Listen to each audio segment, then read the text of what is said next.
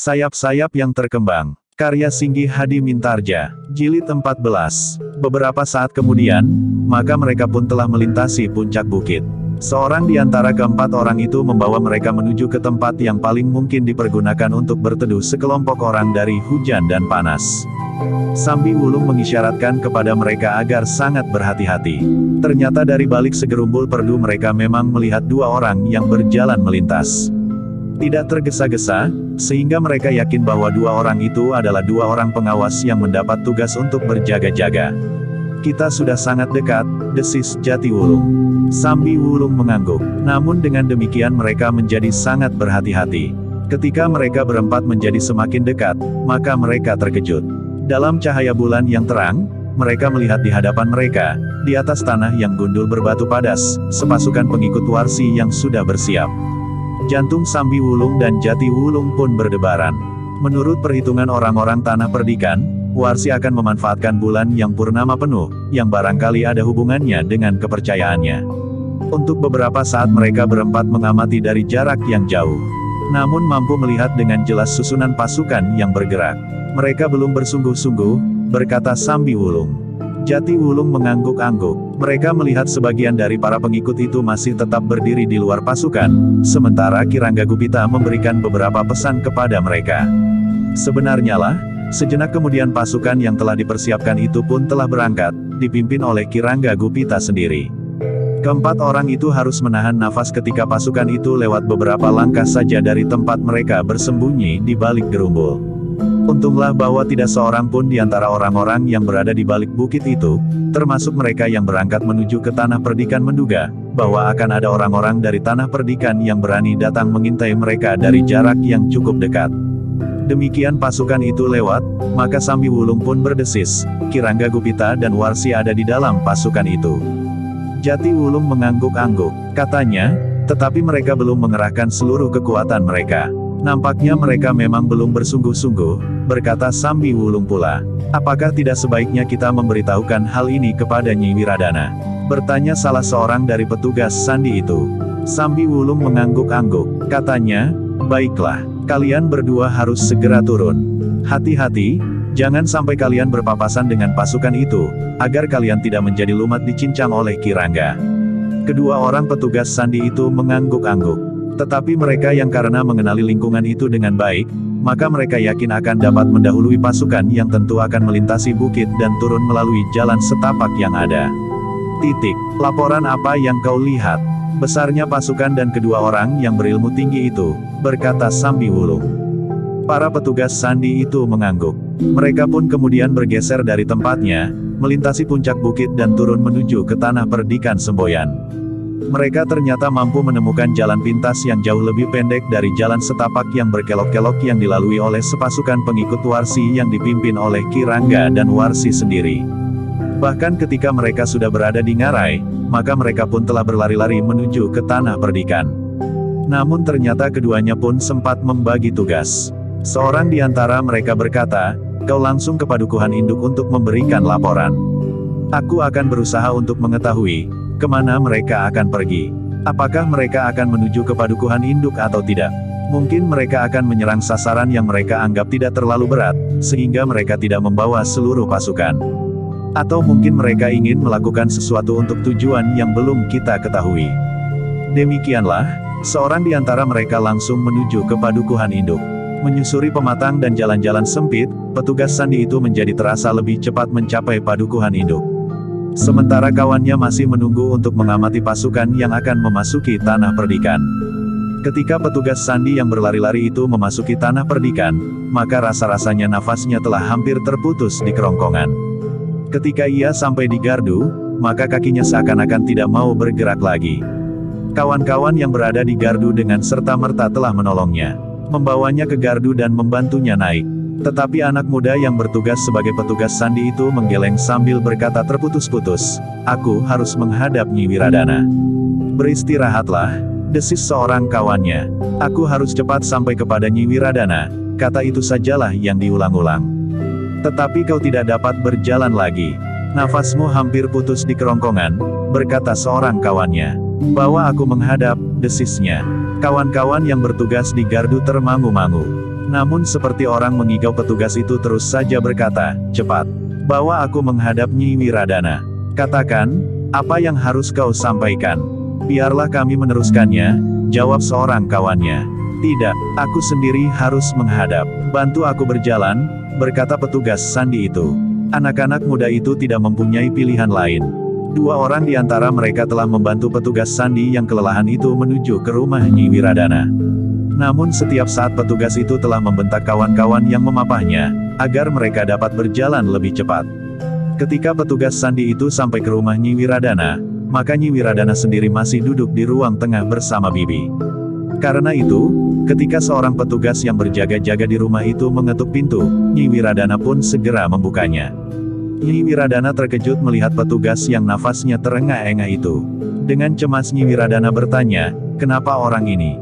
Tetapi petugas sandi itu sendirilah yang menjawab, "Aku tidak apa-apa, Nyi." Nyi Wiradana pun segera tanggap. Karena itu, maka dimintanya orang-orang yang mengantar petugas sandi itu untuk menunggu di luar. Betapapun keadaannya, namun petugas sandi itu masih juga dapat memberikan laporan. Suaranya terputus-putus dan bahkan kadang-kadang terbatuk-batuk. Namun akhirnya jelas bagi Nyi Wiradana apakah yang akan terjadi. "Panggil guru," berkata Nyi Wiradana kepada Bibi. Bibi pun segera bangkit untuk menyampaikan permohonan Nyi Wiradana agar guru-gurunya hadir di ruang tengah. Dengan singkat Nyi Wiradana telah menyampaikan laporan petugas sandi itu. Dengan mantap pula Nyi Wiradana berkata, "Aku sendiri akan berangkat, guru." Satu kesempatan untuk bertemu dengan perempuan itu. Adalah kebetulan bahwa saat ini purnama belum penuh. "Kau percaya pengaruh bulan penuh itu pada kekuatan ilmu warsi?" bertanya Kiai Badra. "Bukan aku yang percaya, tetapi perempuan itu. Ia akan merasa bahwa kekuatannya belum sepenuhnya dapat diterapkan di saat bulan belum bulat. Perasaan itu tentu akan sangat berpengaruh pada saat-saat yang gawat," berkata Iswari. "Tetapi kau pun masih memerlukan waktu untuk dapat memulihkan kekuatanmu sepenuhnya," berkata Kiai Badra. "Aku sudah merasa utuh kembali," jawab Iswari. Kiai Badra berpikir sejenak, namun kemudian katanya, "Tetapi kami, orang-orang tua masih berharap kau sempat menunggu 1-2 hari lagi. Kau tidak usah memperhatikan purnama itu. Namun dalam 2 hari ini, kau tentu sudah berada pada puncak kekuatan dan kemampuanmu. Keadaan wadakmu tentu akan berpengaruh betapapun kesiagaan ilmu di dalam dirimu. Jika kau menunggu 2 hari atau setidak-tidaknya sehari lagi, itu sama sekali tidak ada pengaruh dari bulan itu." "Aku mengerti, guru," jawab Iswari, "tetapi orang itu datang sekarang. Aku tidak dapat membiarkannya sementara aku menunggu sampai besok malam." Kiai Badra menarik nafas dalam-dalam. Sementara itu, Nyai Soka telah bangkit sambil berkata, "Berdirilah." Iswari pun segera bangkit pula berdiri. Dengan kerut di dahinya yang memang sudah dilukisi dengan garis-garis umurnya, Nyai Soka berkata, "Lihat telapak tanganmu." Iswari pun kemudian telah mengangkat kedua tangannya untuk menunjukkan telapak tangannya sebagaimana diminta oleh Nyai Soka. Dengan ujung ibu jarinya, Nyai Soka telah memijit beberapa jalur urat nadi pada telapak tangannya. Kemudian tangan itu pun telah ditelungkupkannya pula. Seperti yang dilakukan pada telapak tangannya, maka Nyai Soka pun telah memijit-mijit pula punggung tangan Iswari. Bahkan kemudian pergelangannya dan yang terakhir pada punggung perempuan itu. Sambil menarik nafas dalam-dalam, Nyai Soka berkata, "Baiklah. Kau boleh pergi. Tetapi kau harus sangat berhati-hati. Kami akan pergi bersamamu." Demikianlah, maka Iswari pun dengan cepat telah menjatuhkan perintah lewat para petugas di halaman. Dalam waktu singkat, para pemimpin pengawal telah berada di rumah itu, sementara beberapa orang telah menyiapkan pula pasukan. Dalam pada itu, petugas sandi yang mengintai perjalanan pasukan yang dipimpin Ki Rangga Gupita dan Warsi telah mendapat petunjuk arah. Karena itu, maka ia pun telah mendahului pasukan itu melalui jalan pintas pula ke padukuhan yang menurut perhitungannya akan menjadi sasaran.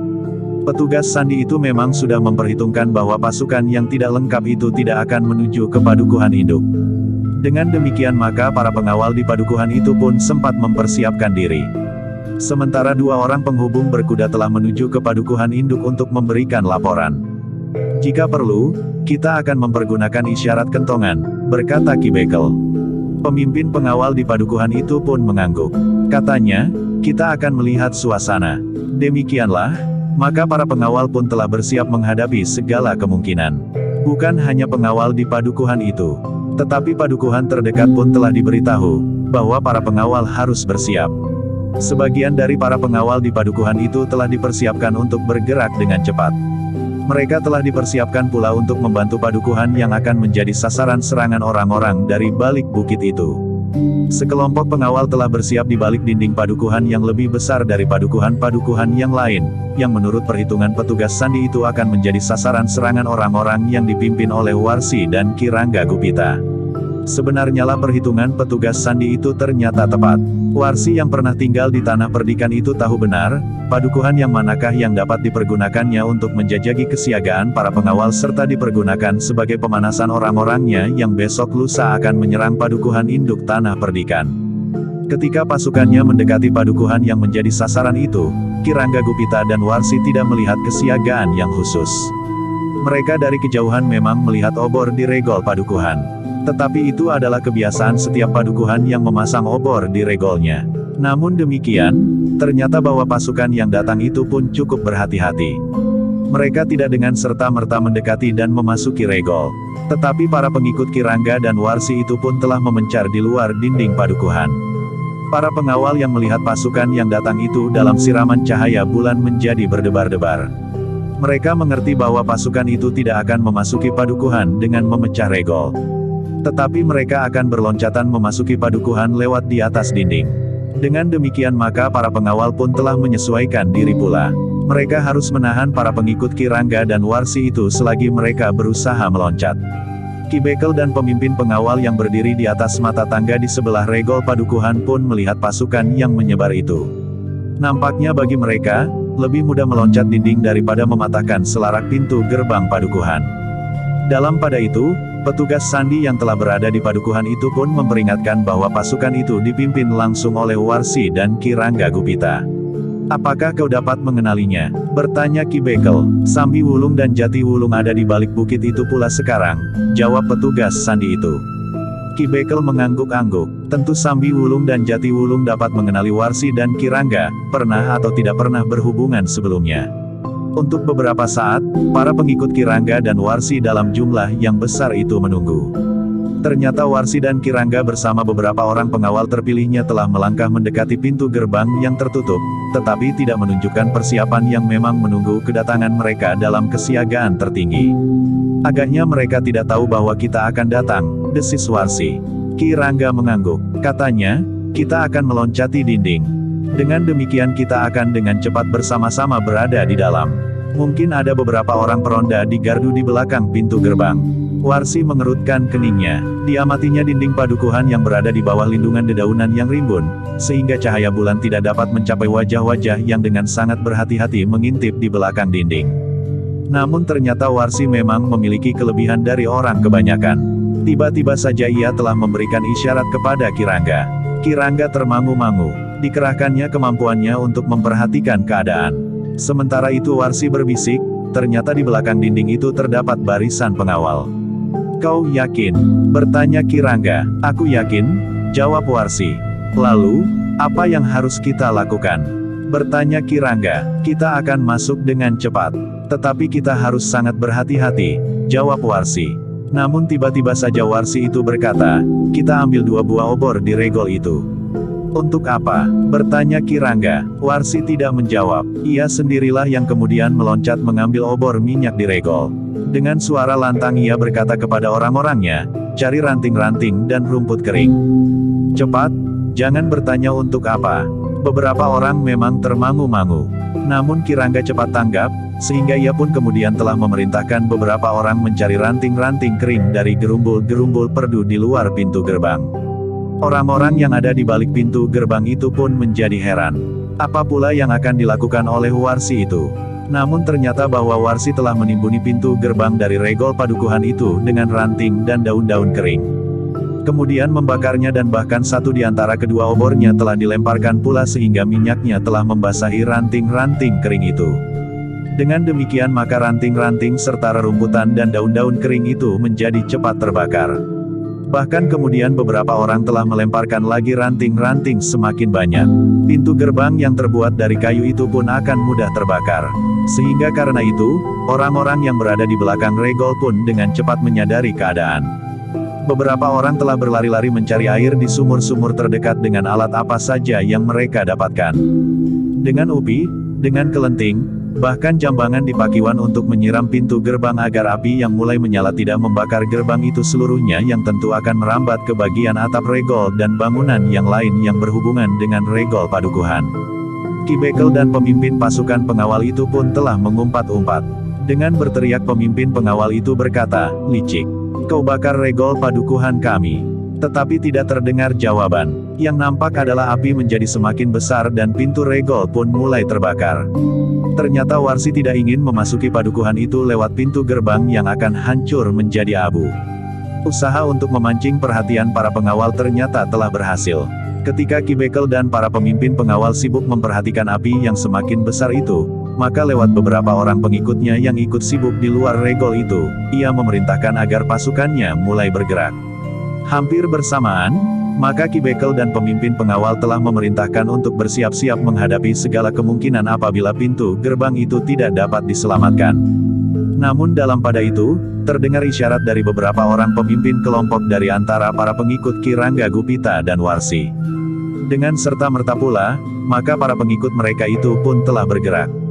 Bukan sekedar merangkak mendekati dinding padukuhan, tetapi mereka pun telah berlari-larian untuk mengambil ancang-ancang. Selagi perhatian para pengawal sebagian tertuju kepada api yang telah membakar regol padukuhan mereka, maka para pengikut Warsi dan Ki Rangga itu pun telah berloncatan memanjat dinding padukuhan dan berloncatan masuk. Sejenak kemudian, maka pertempuran pun segera telah berkobar. Para pengawal segera menyadari bahwa mereka telah terpancing oleh api di regol itu, sehingga mereka sedikit terlambat menerima kehadiran para pengikut Warsi dan Ki Rangga itu. Namun ternyata keterlambatan yang sedikit itu mempunyai akibat yang cukup berat. Demikian ujung dari pasukan para pengikut Warsi dan Ki Rangga berhasil masuk, maka mereka telah membuka jalan bagi kawan-kawan mereka, sehingga sejenak kemudian, seluruh kekuatan orang-orang dari balik bukit itu sudah berada di dalam padukuhan. Tetapi para pengawal padukuhan itu bersama seluruh anak-anak mudanya telah bersiap. Bahkan hampir setiap laki-laki di padukuhan itu sudah mempersiapkan diri untuk bertempur dimanapun juga. Karena itu, ketika mereka mendengar bahwa orang-orang yang menyerang padukuhan mereka telah memasuki padukuhan, maka mereka pun telah menyongsong dengan jumlah yang cukup banyak. Mereka berdatangan dari segala penjuru padukuhan dengan senjata telanjang di tangan. Ternyata bahwa bukan anak-anak muda sajalah yang mampu mempergunakan senjata. Orang-orang yang telah merambat ke usia yang lebih tua, ternyata memiliki kemampuan pula. Mereka adalah justru bekas-bekas pengawal di saat tanah perdikan itu bergolak. Bahkan ada di antara mereka, yang setelah sekitar 10 tahun kemudian masih juga menjadi pengawal. Namun mereka dalam tugas mereka sehari-hari, tidak mendapat tugas yang berat seperti anak-anak mudanya. Bahkan sebagian dari mereka justru telah mendapat kepercayaan untuk membantu memberikan latihan-latihan kepada para pengawal yang masih muda. Dengan demikian, maka orang-orang dari balik bukit itu telah membentur kekuatan yang cukup besar di padukuhan itu. Mereka berhadapan dengan anak-anak muda yang tenaganya seakan-akan justru sedang mekar. Namun di antara mereka terdapat orang-orang yang lebih tua, yang pengalamannya justru telah mengendap. Sehingga dengan demikian, maka pertahanan para pengawal padukuhan itu pun menjadi cukup kuat. Tetapi jumlah orang-orang yang menyerang padukuhan itu memang cukup banyak. Mereka masih saja berloncatan memasuki dinding. Seakan-akan tidak ada habis-habisnya. Ki Bekel dan pemimpin pengawal tanah perdikan di padukuhan itu melihat kesulitan yang bakal timbul. Apalagi jika Ki Rangga dan Warsi memasuki padukuhan itu, maka keadaan mereka akan menjadi semakin sulit. Karena itu, maka Ki Bekel dan pemimpin pengawal itu sepakat untuk membunyikan isyarat dengan kentongan. Namun sebelum isyarat itu dibunyikan, maka dua orang penghubung telah berlari-lari menemui Ki Bekel dan pemimpin pengawal padukuhan itu. "Ada apa?" bertanya Ki Bekel. "Pintu gerbang di ujung yang lain dari lorong ini telah dibuka. Pasukan pengawal berkuda dari padukuhan induk telah masuk," jawab penghubung itu. "Siapa yang memimpin pasukan?" bertanya Ki Bekel. Penghubung itu menggeleng. Jawabnya, "Aku belum tahu. Aku tergesa-gesa menyampaikan berita ini kemari. Para pengawal yang bertugas di regol sebelah akan membawa mereka lebih dahulu ke Banjar untuk menempatkan kuda-kuda mereka. Baru pasukan pengawal berkuda dari induk padukuhan itu akan kemari." "Apakah pasukan itu cukup besar?" bertanya Ki Bekel. "Tidak terlalu besar, tetapi cukup meyakinkan," jawab penghubung itu. Ki Bekel tidak bertanya lebih lanjut. Sementara itu pertempuran menjadi semakin sengit. Orang-orang dari balik bukit telah berhasil mendesak orang-orang padukuhan semakin dalam memasuki padukuhan mereka. Sementara regol padukuhan itu telah terbakar semakin besar. Cahaya api yang kemerah-merahan telah menambah cerahnya cahaya bulan yang belum bulat benar itu. Ki Bekel dan pemimpin pengawal itu tidak beranjak dari tempat mereka. Mereka tidak dapat menyongsong kedatangan pasukan dari padukuhan induk, karena setiap saat pemimpin pasukan yang datang dari balik bukit akan memasuki pintu gerbang yang sebentar lagi akan roboh. Namun dalam pada itu, pasukan yang datang dari padukuhan induk dengan cepat menyiapkan diri. Beberapa orang di antara mereka dengan tangkas telah mengatur kuda-kuda mereka di banjar padukuhan sementara yang lain langsung menuju ke medan pertempuran. Pasukan berkuda itu dipimpin sendiri oleh pemimpin pasukan disertai pemimpin pengawal tanah perdikan semboyan bersama pemangku jabatan kepala tanah perdikan itu sendiri. Bahkan diikuti oleh beberapa orang tua yang disebut guru oleh pemangku jabatan kepala tanah perdikan itu. Sebenarnya lah Kiai Badra dan Kiai Sokalah yang ternyata telah mengikuti Iswari ke padukuhan itu, sementara Nyai Soka dan Bibi tinggal di rumah. Mungkin sesuatu dapat terjadi di padukuhan induk yang ditinggalkan.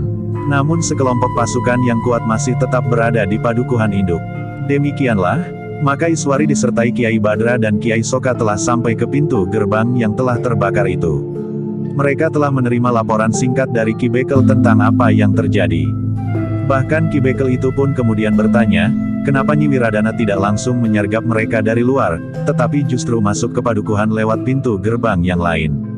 Kami melihat api, jawab Iswari, karena itu kami menuju pintu gerbang yang lain. Ternyata kami dapat masuk ke dalam padukuhan ini. Karena itu, kami akan bertempur bersama para pengawal di dalam padukuhan. Ki Bekel mengangguk-angguk. Dengan nada rendah ia berkata, kami mengucapkan terima kasih atas kesediaan Nyi Wiradana untuk hadir sendiri di padukuhan ini. Dengan demikian, maka padukuhan ini akan merasa dirinya benar-benar mendapat perlindungan dari pimpinan tertinggi tanah perdikan ini. Bukankah itu sudah kewajibanku? Sahut Nyi Wiradana. Demikianlah maka pertempuran di padukuhan itu menjadi semakin sengit. Pasukan pengawal berkuda yang telah menebar, ternyata memberikan pengaruh yang sangat besar pada pertempuran itu. Meskipun jumlah mereka tidak terlalu banyak, namun mereka adalah pengawal-pengawal pilihan, sehingga bersama-sama dengan hampir semua laki-laki di padukuhan itu, mereka telah bertempur dengan gigihnya. Dalam pada itu, ternyata bukan hanya pasukan berkuda sajalah yang kemudian telah datang ke padukuhan itu. Ternyata bahwa kelompok-kelompok kecil dari padukuhan-padukuhan terdekat juga telah datang membantu. Mereka tidak dapat mengirimkan seluruh kekuatan di padukuhan mereka, karena mereka harus memperhitungkan kemungkinan yang buruk, jika para penyerang itu justru datang ke padukuhan mereka pula. Api yang menyala di pintu gerbang merupakan isyarat yang telah memanggil mereka untuk membantu. Sehingga beberapa saat kemudian jumlah para pengawal yang bertempur di samping laki-laki di padukuhan itu pun menjadi semakin banyak. Iswari, Ki Bekel dan beberapa orang pemimpin lainnya masih menunggu di belakang api yang semakin mengecil. Bahkan sejenak kemudian maka pintu gerbang yang terbakar itu pun telah runtuh menjadi abu. Demikian gerbang itu runtuh, maka para pemimpin dari kedua belah pihak segera melihat, dengan siapa mereka berhadapan. Warsi menggeram, ia tidak mengira, bahwa demikian cepatnya Iswari ada di padukuhan itu. Namun ia merasa juga beruntung, bahwa dengan demikian ia akan sempat menjajagi ilmunya. Ki Rangga Gupita yang melihat kehadiran Iswari segera memperingatkan Warsi, kau jangan tenggelam dalam gejolak perasaanmu. Ingat, kita baru akan menjajagi kemampuan para pengawal tanah perdikan ini. Warsi mengerutkan keningnya. Sebelum ia menjawab Ki Rangga berkata pula, bulan belum bulat malam ini. Warsi memang menengadahkan wajahnya ke langit. Bulan memang belum bulat. Untuk beberapa saat para pemimpin itu menunggu. Mereka tengah mempersiapkan diri untuk menghadapi segala kemungkinan yang bakal terjadi. Sementara itu di balik bukit Sambi Wulung dan Jati Wulung masih mengintai orang-orang yang tidak ikut dalam kelompok-kelompok yang menyerang tanah perdikan semboyan. Mereka agaknya tidak mempunyai tugas tertentu selain mempersiapkan diri untuk tugas besar yang akan dilakukan oleh semua kekuatan yang ada di balik bukit itu. 2 hari lagi, saat bulan penuh, mereka akan menyerang tanah perdikan semboyan dengan seluruh kekuatan ke padukuhan induk dan menghancurkan semua isinya. Sambi Wulung dan Jati Wulung yang masih bersembunyi di belakang gerumbul-gerumbul perdu itu tidak segera meninggalkan tempat itu. Mereka yakin, bahwa Tanah Perdikan akan dapat mengatasi kehadiran beberapa kelompok orang dari balik bukit itu meskipun dipimpin langsung oleh Ki Rangga Gupita dan Warsi sendiri. Tetapi di Tanah Perdikan pun terdapat orang-orang yang akan dapat mengimbangi kemampuan mereka. Karena itu, maka kedua orang itu ternyata telah mempunyai rencana mereka sendiri. Beberapa saat kemudian, keduanya sama sekali tidak menjauhi tempat itu, tetapi justru semakin mendekat. Dalam cahaya bulan, mereka melihat dua orang yang bertugas mengamati keadaan. Keduanya berjalan saja sambil berbicara perlahan-lahan. Nampaknya keduanya terlalu yakin bahwa tidak akan terjadi sesuatu di balik bukit itu. Dengan sikap yang kurang berhati-hati kedua berdiri di atas tebing sambil memandang ke dalam bayangan bulan. Sementara itu agak ke bawah terdapat beberapa buah goa yang dihuni oleh kelompok-kelompok pengikut Ki Rangga dan Warsi serta beberapa kelompok lain yang telah bergabung dengan mereka, sementara mereka membelakangi punggung pebukitan yang memang tidak terlalu tinggi. Panggung bukit yang dijalari jalan setapak yang telah dilewati kawan-kawan yang pergi ke Tanah Perdikan Semboyan. Nampaknya bayangan bulan yang gelap di lembah sempit di hadapan mereka telah menarik perhatian mereka. Puncak-puncak pepohonan liar nampak kehitam-hitaman. Namun yang tidak mereka perhitungkan sama sekali adalah dua orang di balik gerumbul yang telah menarik tali busur mereka. Sejenak kemudian, kedua orang itu bagaikan terlempar ke dalam jurang yang tidak begitu dalam dan tanpa sempat mengeluh karena anak panah telah menembus dari punggung mereka langsung mengenai jantung. Tetapi Sambi Wulung dan Jati Wulung tidak segera meninggalkan tempat. Mereka itu masih merayap mendekat. Ketika mereka melihat dua orang yang berjaga-jaga sambil duduk di atas sebuah batu raksasa di pinggir jalan sempit yang menuruni tebing menuju ke goa mereka, maka sekali lagi tali busur mereka bergetar. Kedua orang itu pun sama sekali tidak sempat mengaduh. Mereka terdorong dan jatuh ke balik batu raksasa itu. Demikianlah dengan diam-diam, Sambi Wulung dan Jati Wulung telah mengurangi jumlah lawan yang mungkin akan datang ke padukuhan induk Tanah Perdikan. Orang-orang yang bertugas di sekitar sarang dari orang-orang yang berada di balik bukit itu pun telah hilang tanpa sempat memberikan isyarat. Bahkan Sambi Wulung dan Jati Wulung telah bergerak lebih dekat lagi dengan goa-goa yang ada beberapa buah di lereng bukit yang berseberangan dengan arah Tanah Perdikan itu. Ternyata bahwa orang-orang yang tinggal di goa itu memang belum tidur. Beberapa orang di antara mereka masih berkeliaran di depan goa. Namun agaknya yang lain memang telah beristirahat di dalam. Sambi Wulung dan Jati Wulung memang orang-orang yang berani. Selain kemampuan membidik yang tinggi, keduanya memiliki ilmu yang tinggi pula. Meskipun keduanya masih belum ingin terlibat ke dalam pertempuran langsung, namun keduanya memiliki keyakinan bahwa orang-orang di dalam goa itu tidak akan mampu mengejarnya jika keduanya mengelakkan diri. Karena itu, untuk beberapa saat keduanya masih menunggu kesempatan. Orang-orang yang bernasib buruk ternyata masih saja terdapat di tempat itu. Seorang yang termangu-mangu di sisi mulut goa telah jatuh pula terkulai. Sambi Wulung dan Jati Wulung menjadi ragu-ragu ketika mereka melihat 5 orang sedang memanaskan diri di seputar api yang tidak terlalu besar. Agaknya kelima orang itu tidak akan dapat dikenainya bersama-sama sehingga jika 2 di antara mereka terbunuh, maka yang lain tentu mempunyai kesempatan untuk memberikan isyarat. Karena itu, maka Sambi Wulung dan Jati Wulung pun telah menunggu. Namun agaknya seseorang telah menemukan tubuh kawannya yang terbaring jatuh. Dari kejauhan terdengar seseorang berteriak nyaring, "Kawan kita terbunuh." Beberapa orang di dalam goa telah dengan sigapnya meloncat keluar dan berlari-lari ke arah suara itu. Namun Sambi Wulung dan Jati Wulung ternyata masih mempergunakan kesempatan terakhirnya. Apapun yang dilakukan, maka sebentar lagi, semua orang di tempat itu tentu akan mengetahui bahwa kawan-kawan telah terbunuh. Karena itu, maka Sambi Wulung dan Jati Wulung telah bertekad untuk membunuh kelima orang itu sebelum mereka sempat pergi. Ternyata ketangkasan kedua orang itu sangat mengagumkan. Dalam sekejap, 2 orang telah tertusuk ujung panah di dada mereka. Sementara itu, ketiga orang lainnya memang sempat menarik pedang mereka sambil berteriak. Tetapi 2 di antara mereka tidak mampu menangkis anak panah yang meluncur seperti tatit di udara. Sementara orang kelima memang sempat meloncat dan menjatuhkan diri berguling di tanah. Kemudian melenting berdiri dan meloncat ke belakang gerumbul. Namun akhirnya ia juga terkapar jatuh. Bahkan 2 anak panah telah menembus tubuhnya. Sarang para pengikut Warsi dan Ki Rangga Gupita itu memang menjadi gempar. Beberapa orang segera berlarian, sebagian ke arah orang pertama yang berteriak karena melihat kawannya terbunuh oleh anak panah, sementara yang lain berlari ke arah teriakan dari orang terakhir yang terkena anak panah itu. Ketika beberapa orang kemudian berlari-lari, ternyata bukan hanya 1-2 orang saja yang terkena panah, tetapi jauh lebih banyak. Sementara keributan itu terjadi, Sambi Wulung dan Jati Wulung telah pergi menjauh. Keduanya menyusuri jalan setapak naik ke punggung bukit. Namun kemudian mereka berdua telah keluar dari jalan setapak itu dan berada di dalam gerumbul-gerumbul yang cukup lebat. Tetapi dari tempatnya Sambi Wulung dan Jati Wulung tidak sempat melihat keributan di lembah, di depan beberapa buah goa yang dihuni oleh para pengikut Ki Rangga Gupita dan Warsi. Namun setelah beberapa saat mereka menunggu, maka yang mereka tunggu itu benar-benar telah datang. Beberapa orang nampaknya berusaha mengejar mereka mengikuti jalan setapak. Sambi Wulung dan Jati Wulung membiarkan mereka lewat. Tetapi ketika yang nampak dari tempat keduanya bersembunyi adalah punggung orang-orang itu, maka keduanya mulai membidik. Dalam sekejap 2 orang mengadu dan jatuh terkapar. Demikian iring-iringan itu berhenti dan berpaling melihat kedua kawannya jatuh, 2 orang lagi telah terbanting di tanah. Sementara orang kelima dan keenam pun tidak sempat menyelamatkan dirinya. Namun orang ketujuh dan berikutnya telah menghambur ke balik gerumbul-gerumbul liar di sekitarnya. Sambi Wulung dan Jati Wulung tidak menghiraukan mereka lagi. Keduanya segera mengendap-endap meninggalkan tempat itu. Mereka sadar bahwa masih ada beberapa orang yang hidup. Tetapi agaknya Sambi Wulung dan Jati Wulung pun akan mengalami kesulitan untuk dapat membunuh mereka semuanya. Dengan demikian maka sisa orang-orang itu pun telah ditinggalkannya justru menuruni bukit di seberang.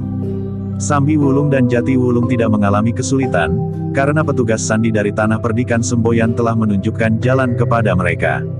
Bukan jalan yang mengikuti jalan setapak, tetapi jalan di antara gerumbul-gerumbul perdu dan batu-batu padas. Karena itulah, maka para pengikut Warsi dan Ki Rangga serta orang-orang yang bergabung dengan mereka tidak dapat menemukan orang-orang yang telah menyerang kawan-kawan mereka dengan panah. Seorang pemimpin kelompok yang menjadi sangat marah telah bersepakat dengan beberapa orang yang lain untuk mengerahkan orang-orang mereka mencari ke seluruh punggung bukit. Di lembah dan relung-relung, sementara yang lain mengikuti jalan setapak sampai menuruni bukit yang menghadap ke Tanah Perdikan Semboyan. Tetapi mereka tidak menemukan seseorang. Yang mereka temukan adalah tubuh-tubuh yang terbujur membeku dengan anak panah yang menembus tubuhnya menusuk jantung. Gila, geram para pemimpin kelompok, sangat memalukan. Serangan iblis seperti ini dapat terjadi tanpa perlawanan sama sekali. Namun hal itu nyatanya memang sudah terjadi. Sementara itu agak jauh di bawah bukit, di sebuah padukuhan yang cukup besar dari lingkungan Tanah Perdikan Semboyan, pertempuran telah terjadi dengan sengitnya. Para pengawal padukuhan itu dibantu oleh para pengawal berkuda serta beberapa pengawal dari padukuhan sekitarnya, yang meskipun jumlahnya kecil namun bersama-sama dari beberapa padukuhan, jumlahnya menjadi cukup pula. Para pengikut Ki Rangga dan Warsi pun mengetahui, bahwa mereka tidak bertempur sesungguhnya untuk merebut padukuhan itu. Tetapi tugas mereka adalah untuk menjajaki kemampuan para pengawal Tanah Perdikan. Namun ketika mereka benar-benar telah terlibat dalam pertempuran, maka tidak ada lagi bedanya, apakah mereka sedang menjajaki kemampuan para pengawal atau mereka memang ingin menghancurkan padukuhan itu. Karena para pengawal itu pun dengan senjatanya tidak lagi sekedar menunjukkan kemampuan mereka, tetapi mereka benar-benar ingin membunuh para pengikut Ki Rangga dan Warsi itu sebanyak-banyaknya. Demikianlah maka pertempuran itu pun semakin lama menjadi semakin sengit. Kedua belah pihak telah meningkatkan kemampuan mereka masing-masing. Ternyata bahwa para pengikut Ki Rangga, Warsi dan orang-orang yang bergabung dengan mereka, yang sebagian adalah bekas prajurit yang kehilangan pegangan sebagaimana Ki Rangga Gupita, harus mengakui, bahwa para pengawal Tanah Perdikan adalah anak-anak muda yang telah terlatih baik. Bahkan laki-laki yang sudah lebih tua pun mampu mempergunakan senjatanya, apalagi mereka yang pernah menjadi pengawal Tanah Perdikan justru pada saat Tanah Perdikan itu bergejolak. Dalam pada itu, Ki Rangga, Warsi, beberapa orang pemimpin dari kelompok-kelompok yang bergabung bersamanya serta beberapa pengawal masih berada di depan regol yang telah menjadi abu. Namun sejenak kemudian, tangannya yang gemetar telah bergerak menyentuh senjatanya. Ingat, sekali lagi Ki Rangga mengingatkan, kau masih menunggu 2 hari lagi. Warsi berdesah, tetapi ia pun kemudian memberi isyarat kepada para pemimpin dari pengikutnya serta orang-orang yang bergabung bersamanya untuk memasuki padukuhan. Mereka telah berloncatan di atas reruntuhan yang di beberapa bagian masih menyala. Namun, tenaga mereka mampu melontarkan mereka melampaui reruntuhan yang panas itu. Di dalam, Iswari memang telah menunggu. 2 orang kakeknya yang juga gurunya berdiri di sebelah menyebelahnya. Sementara pemimpin pengawal dan pemimpin pengawal berkuda telah siap pula bersama beberapa orang pengawal terpilihnya. Warsi nampaknya hampir tidak dapat mengendalikan diri lagi. Setelah kekalahannya sekitar 10 tahun yang lalu, maka dendamnya bagaikan membakar kepalanya. Meskipun Ki Randu Keling berusaha untuk membujuknya agar ia menganggap bahwa persoalannya dengan Iswari telah selesai, namun dendam Warsi yang membara rasa-rasanya tidak akan dapat terhapus tanpa lepasnya nyawanya atau membunuh Iswari. Karena itu, maka tanpa menghiraukan apapun juga, maka Warsi pun dengan serta-merta telah menyerang Iswari yang sudah siap menunggunya. Kiai Badra dan Kiai Soka yang ada di sebelahnya mengamatinya dengan tegang. Namun mereka pun kemudian harus bertempur pula melawan para pemimpin yang ikut bersama Warsi, termasuk Ki Rangga Gupita. Ki Bekel dan pemimpin pengawal dari padukuhan itu, menyadari bahwa mereka memang harus menepi. Jika tidak, maka ilmu yang tinggi di antara para pemimpin dari kedua belah pihak itu akan dapat melumatkannya. Beberapa saat kemudian, Warsi dan Iswari memang sudah bertempur. Dendam Warsi yang menyala telah mendorongnya untuk sampai pada tataran yang tinggi dari ilmunya, meskipun Warsi berusaha sekuat tenaganya untuk tidak sampai ke puncak, dan tidak melibatkan diri dari pertempuran hidup dan mati melawan Iswari. Sejenak kedua perempuan itu bertempur. Setelan sekitar 10 tahun yang lalu, maka ternyata kedua orang itu telah meningkatkan ilmunya. Warsi merasa dirinya telah menjadi semakin mapan dengan ilmunya, sehingga karena itu, maka ia telah berusaha menjajakinya dengan membenturkan ilmunya itu langsung kepada Iswari, orang yang paling didendamnya. Iswari memang terkejut melihat kekayaan unsur gerak yang kemudian dimiliki oleh Warsi. Kecepatannya pun telah meningkat serta rasa-rasanya ilmu perempuan itu memang benar-benar telah menjadi matang. Namun Iswari pun mempergunakan perhitungan pula. Sebagai pemangku jabatan kepala tanah perdikan ia sadar, bahwa yang dilakukan oleh Warsi itu tentu belum seluruhnya. Warsi masih belum menyerang padukuhan induk serta belum mempergunakan seluruh kekuatannya. Karena itu, maka Iswari pun sekedar melayani Warsi pada tataran ilmu yang seimbang. Iswari masih belum menunjukkan tingkat terakhir dari ilmu Janget Kinatelon yang telah disempurnakan oleh ketiga orang gurunya. Meskipun demikian, meskipun kedua orang perempuan itu masih belum sampai ke puncak, namun pertempuran di antara mereka pun menjadi semakin sengit. Keduanya berloncatan dengan cepat sekali dan dengan langkah-langkah panjang. Tangan Warsi bergerak-gerak ke segala arah, seakan-akan kedua tangannya itu telah menjadi beberapa pasang tangan yang bergerak bersama-sama. Tetapi Iswari pun bagaikan tidak berjejak di atas tanah. Kakinya telah melontarkan tubuhnya yang seakan-akan menjadi tanpa bobot. Sehingga dengan demikian, maka tubuh Iswari bagaikan bayangan yang berputaran membingungkan. Demikianlah kedua orang perempuan itu telah bertempur di antara hiruk-pikuk pertempuran. Sementara itu Ki Rangga Gupita pun telah bertemu dengan Kiai Badra yang tua. Namun orang yang nampaknya sudah terlalu tua itu masih saja mampu mengimbangi ketangkasan gerak Ki Rangga Gupita. Iblis manakah yang merasuk di dalam tubuhmu yang telah menjadi rapuh itu hei? Bertanya Ki Rangga Gupita. Aku memang sudah tua, jawab Kiai Badra, aku sudah punya cicit. Bahkan cicitku sudah hampir dewasa. Beberapa tahun lagi aku harapkan bahwa aku akan mempunyai udek-udek. Hei, bukankah anak dari cicit itu disebut udek-udek? Persetan, geram Ki Rangga sambil menyerang Kiai Badra yang tua itu. Kiai Badra masih saja dapat bergerak dengan tangkas.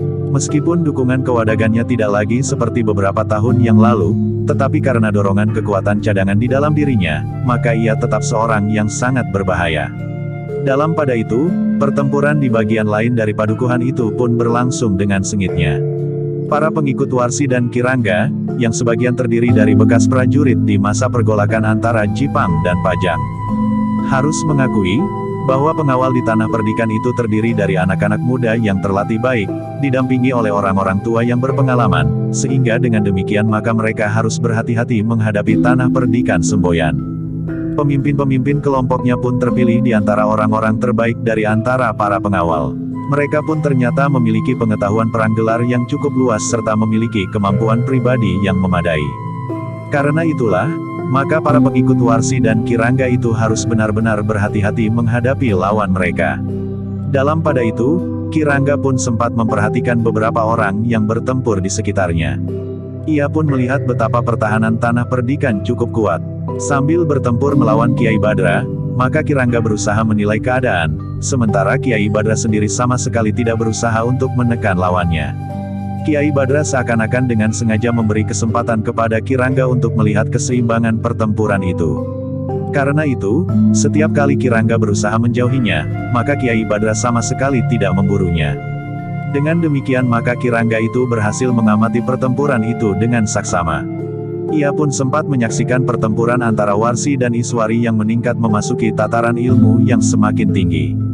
Sebenarnya lah bahwa bagi Warsi dan Iswari, kesempatan itu tidak akan ada bedanya dengan kesempatan kapanpun juga yang akan mereka peroleh.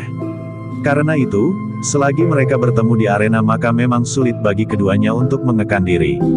Meskipun belum sampai pada puncak ilmu mereka masing-masing, maka pada setiap kesempatan, serangan mereka benar-benar merupakan serangan-serangan yang berbahaya. Bahkan serangan-serangan yang benar-benar mengarah ke tempat-tempat yang paling berbahaya pada tubuh seseorang. Tetapi keduanya pun memiliki ketangkasan untuk menghindari. Namun sekali-sekali mereka menangkis serangan itu. Dengan demikian terjadi benturan-benturan kecil yang dapat dipergunakan untuk menjajaki kemampuan lawan. Dalam pada itu, Ki Rangga yang memang rasa-rasanya lebih bebas untuk mengamati keadaan melihat Warsi dan Iswari justru semakin meningkatkan ilmu mereka. Beberapa saat kemudian, Ki Rangga menganggap bahwa yang harus mereka lakukan memang sudah selesai. Sementara itu Raden Rangga tahu, bahwa bantuan dari padukuhan-padukuhan kecil di sekitar padukuhan yang agak besar itu menjadi semakin banyak sehingga Ki Rangga tidak mau menanggung akibat yang lebih buruk lagi bagi orang-orangnya yang pada saatnya akan benar-benar dipergunakan. Karena itu, maka Ki Rangga memang menganggap bahwa penjajagan yang mereka lakukan saat itu telah cukup. Dengan demikian, maka Ki Rangga Gupita pun telah membunyikan aba-aba untuk meninggalkan padukuhan itu. Tanda-tanda sandi yang hanya diketahui oleh orang-orangnya. Sejenak kemudian isyarat itu pun telah tersebar di seluruh medan. Dengan demikian, meskipun para pengawal padukuhan semula tidak tahu maksudnya, namun akhirnya mereka dapat menduga, apakah yang dimaksud dengan isyarat itu. Sebenarnya lah, maka sejenak kemudian para pengikut Ki Rangga Gupita dan Warsi itu telah melakukan gerakan yang mengejutkan para pengawal. Namun sejenak kemudian, mereka memanfaatkan kesempatan yang timbul untuk menarik mundur pasukan mereka. Tidak dengan perlahan-lahan, tetapi dalam keremangan bayangan pepohonan di padukuhan, mereka telah menghambur berlari ke dinding padukuhan. Sejenak kemudian, maka orang-orang dari balik bukit itu telah berloncatan keluar dari dinding padukuhan. Di bagian dalam regol padukuhan itu, Warsi pun telah bersiap-siap untuk meninggalkan padukuhan itu. Ki Rangga telah mengatur beberapa orang pengikutnya untuk menimbulkan suasana yang memungkinkan mereka keluar dari padukuhan itu. Mereka tidak perlu lagi meloncati abu yang panas dari pintu gerbang yang telah terbakar, karena api memang telah padam. Demikianlah, maka sejenak kemudian, orang-orang dari balik bukit itu pun telah berloncatan meninggalkan arena. Ketika para pengawal akan mengejar mereka, maka Iswari telah memberikan isyarat, agar mereka tidak melakukannya. Mungkin kalian akan memasuki satu jebakan di luar padukuhan, pesan Iswari kepada para pemimpin pengawal. Para pengawal memang menjadi kecewa. Tetapi mereka mengerti sikap hati-hati Iswari, karena lawan mereka adalah orang-orang yang sangat licik. Sehingga dengan demikian maka para pengawal memang tidak berusaha untuk mengejar lawan-lawan mereka yang melarikan diri. Pertempuran yang terjadi memang bukan pertempuran antara hidup dan mati dari kedua belah pihak. Meskipun demikian ada juga korban yang jatuh. Baik dari antara para pengawal, maupun dari orang-orang di balik bukit. Bahkan di antara para penyerang terdapat pula beberapa orang yang tertangkap karena mereka tidak berhasil melarikan diri oleh luka-lukanya. Tetapi para pemimpin di tanah perdikan itu memang tidak terlalu banyak mengharap keterangan dari mereka. Mereka tentu sudah mendapat petunjuk-petunjuk, bahkan perintah yang disertai dengan ancaman, agar mereka tidak memberikan penjelasan tentang kedudukan mereka. Namun Iswari masih berpengharapan untuk mendapatkan keterangan itu. Mungkin keterangan yang didengar dari orang-orang yang tertawan itu akan dapat digabungkan dengan keterangan dari Sambi Wulung dan Jati Wulung. Dalam pada itu, untuk beberapa saat Iswari dan Ki Bekel telah membenahi padukuhan itu. Mereka berusaha untuk menemukan semua orang yang terluka. Setiap orang harus melaporkan jika mereka tidak melihat seseorang yang dikenalnya.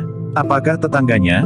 Apakah justru keluarganya atau siapa saja, sehingga dengan segera dapat diketahui para korban yang jatuh malam itu. Karena itulah, maka pencarian telah dilakukan dengan mengerahkan semua orang, terutama di bekas arena pertempuran.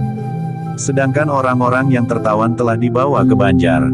Adapun orang-orang padukuhan itu yang terluka dan yang menjadi korban telah dibawa ke rumah Ki Bekel. Meskipun pertempuran itu terhitung tidak terlalu lama, namun memang ada korban yang jatuh di antara orang-orang padukuhan itu. Seorang pengawal dan 2 orang yang lain telah gugur. Sedangkan 5 orang terluka cukup parah dan lebih dari 10 orang telah tergores senjata.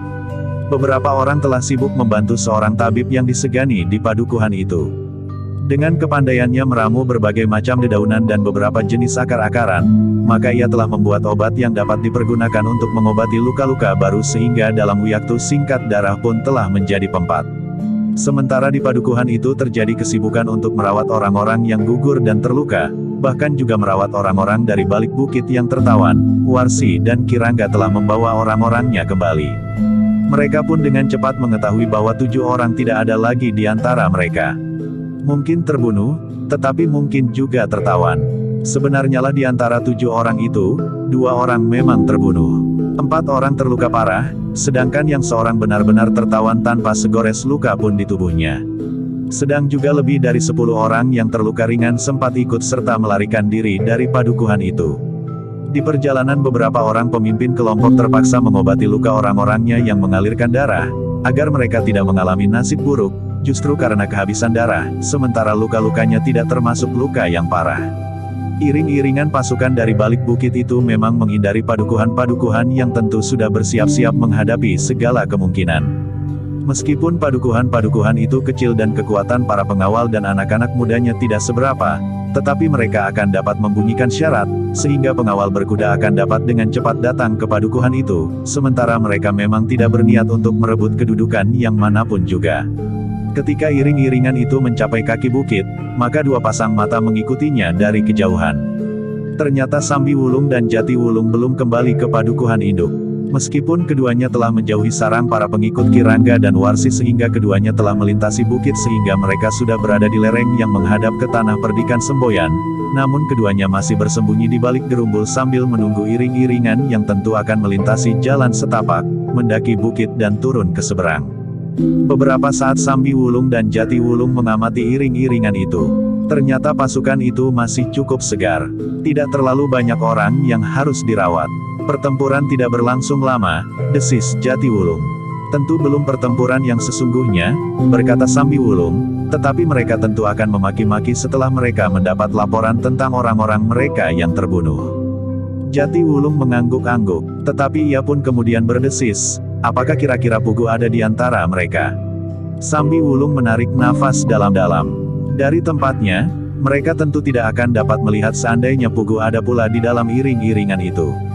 Meskipun masih remaja, tetapi wujudnya sudah tidak dapat dibedakan dengan orang-orang dewasa. Jika Pugu ada di antara orang-orang itu, maka bentuk tubuhnya tentu tidak akan dapat menunjukkan bahwa seorang anak muda remaja ada di antara mereka. Kemungkinan kehadirannya harus kita perhitungkan, berkata Sambi Wulung kemudian. Maksudmu? Bertanya Jati Wulung. Mungkin Pugu tidak sendiri. Mungkin ia membawa pengawal yang pernah melihat kita di padepokannya. Karena itu, jika kita akan turun ke dalam pertempuran yang sebenarnya jika mereka menyerang padukuhan induk, maka kita harus dapat menyamarkan diri, berkata Sambi Wulung. Jati Wulung mengangguk-angguk. Topeng-topeng kecil yang wujudnya menakutkan itu terdapat di dekat pintu-pintu gerbang padukuhan induk. Agaknya mereka memang akan menyerang padukuhan induk itu. Sejalan dengan kepercayaan Warsi tentang bulatnya bulan, maka memang dapat diperhitungkan, kapan Warsi akan menyerang. Namun dalam pada itu, Jati Wulung itu pun bertanya, masih ada beberapa anak panah. Apakah kita akan mempergunakannya? Tetapi Sambi Wulung menggeleng. Katanya, jangan. Biarlah mereka berjalan dengan tenang sampai ke sarang mereka. Baru mereka akan mengumpat-umpat. Jati Wulung tidak menyahut. Diamatinya iring-iringan yang menjadi semakin jauh di bawah siraman cahaya bulan yang cerah meskipun belum bulat. Beberapa saat kemudian, maka ujung dari iring-iringan itu mulai merambat naik, mengikuti jalan setapak seperti seekor ular raksasa yang merambat. Sambi Wulung dan Jati Wulung hanya dapat memandanginya dari kejauhan. Bahkan kemudian setelah iring-iringan itu memanjat semakin tinggi, maka Sambi Wulung pun berkata, marilah. Kita lihat, apa yang telah terjadi.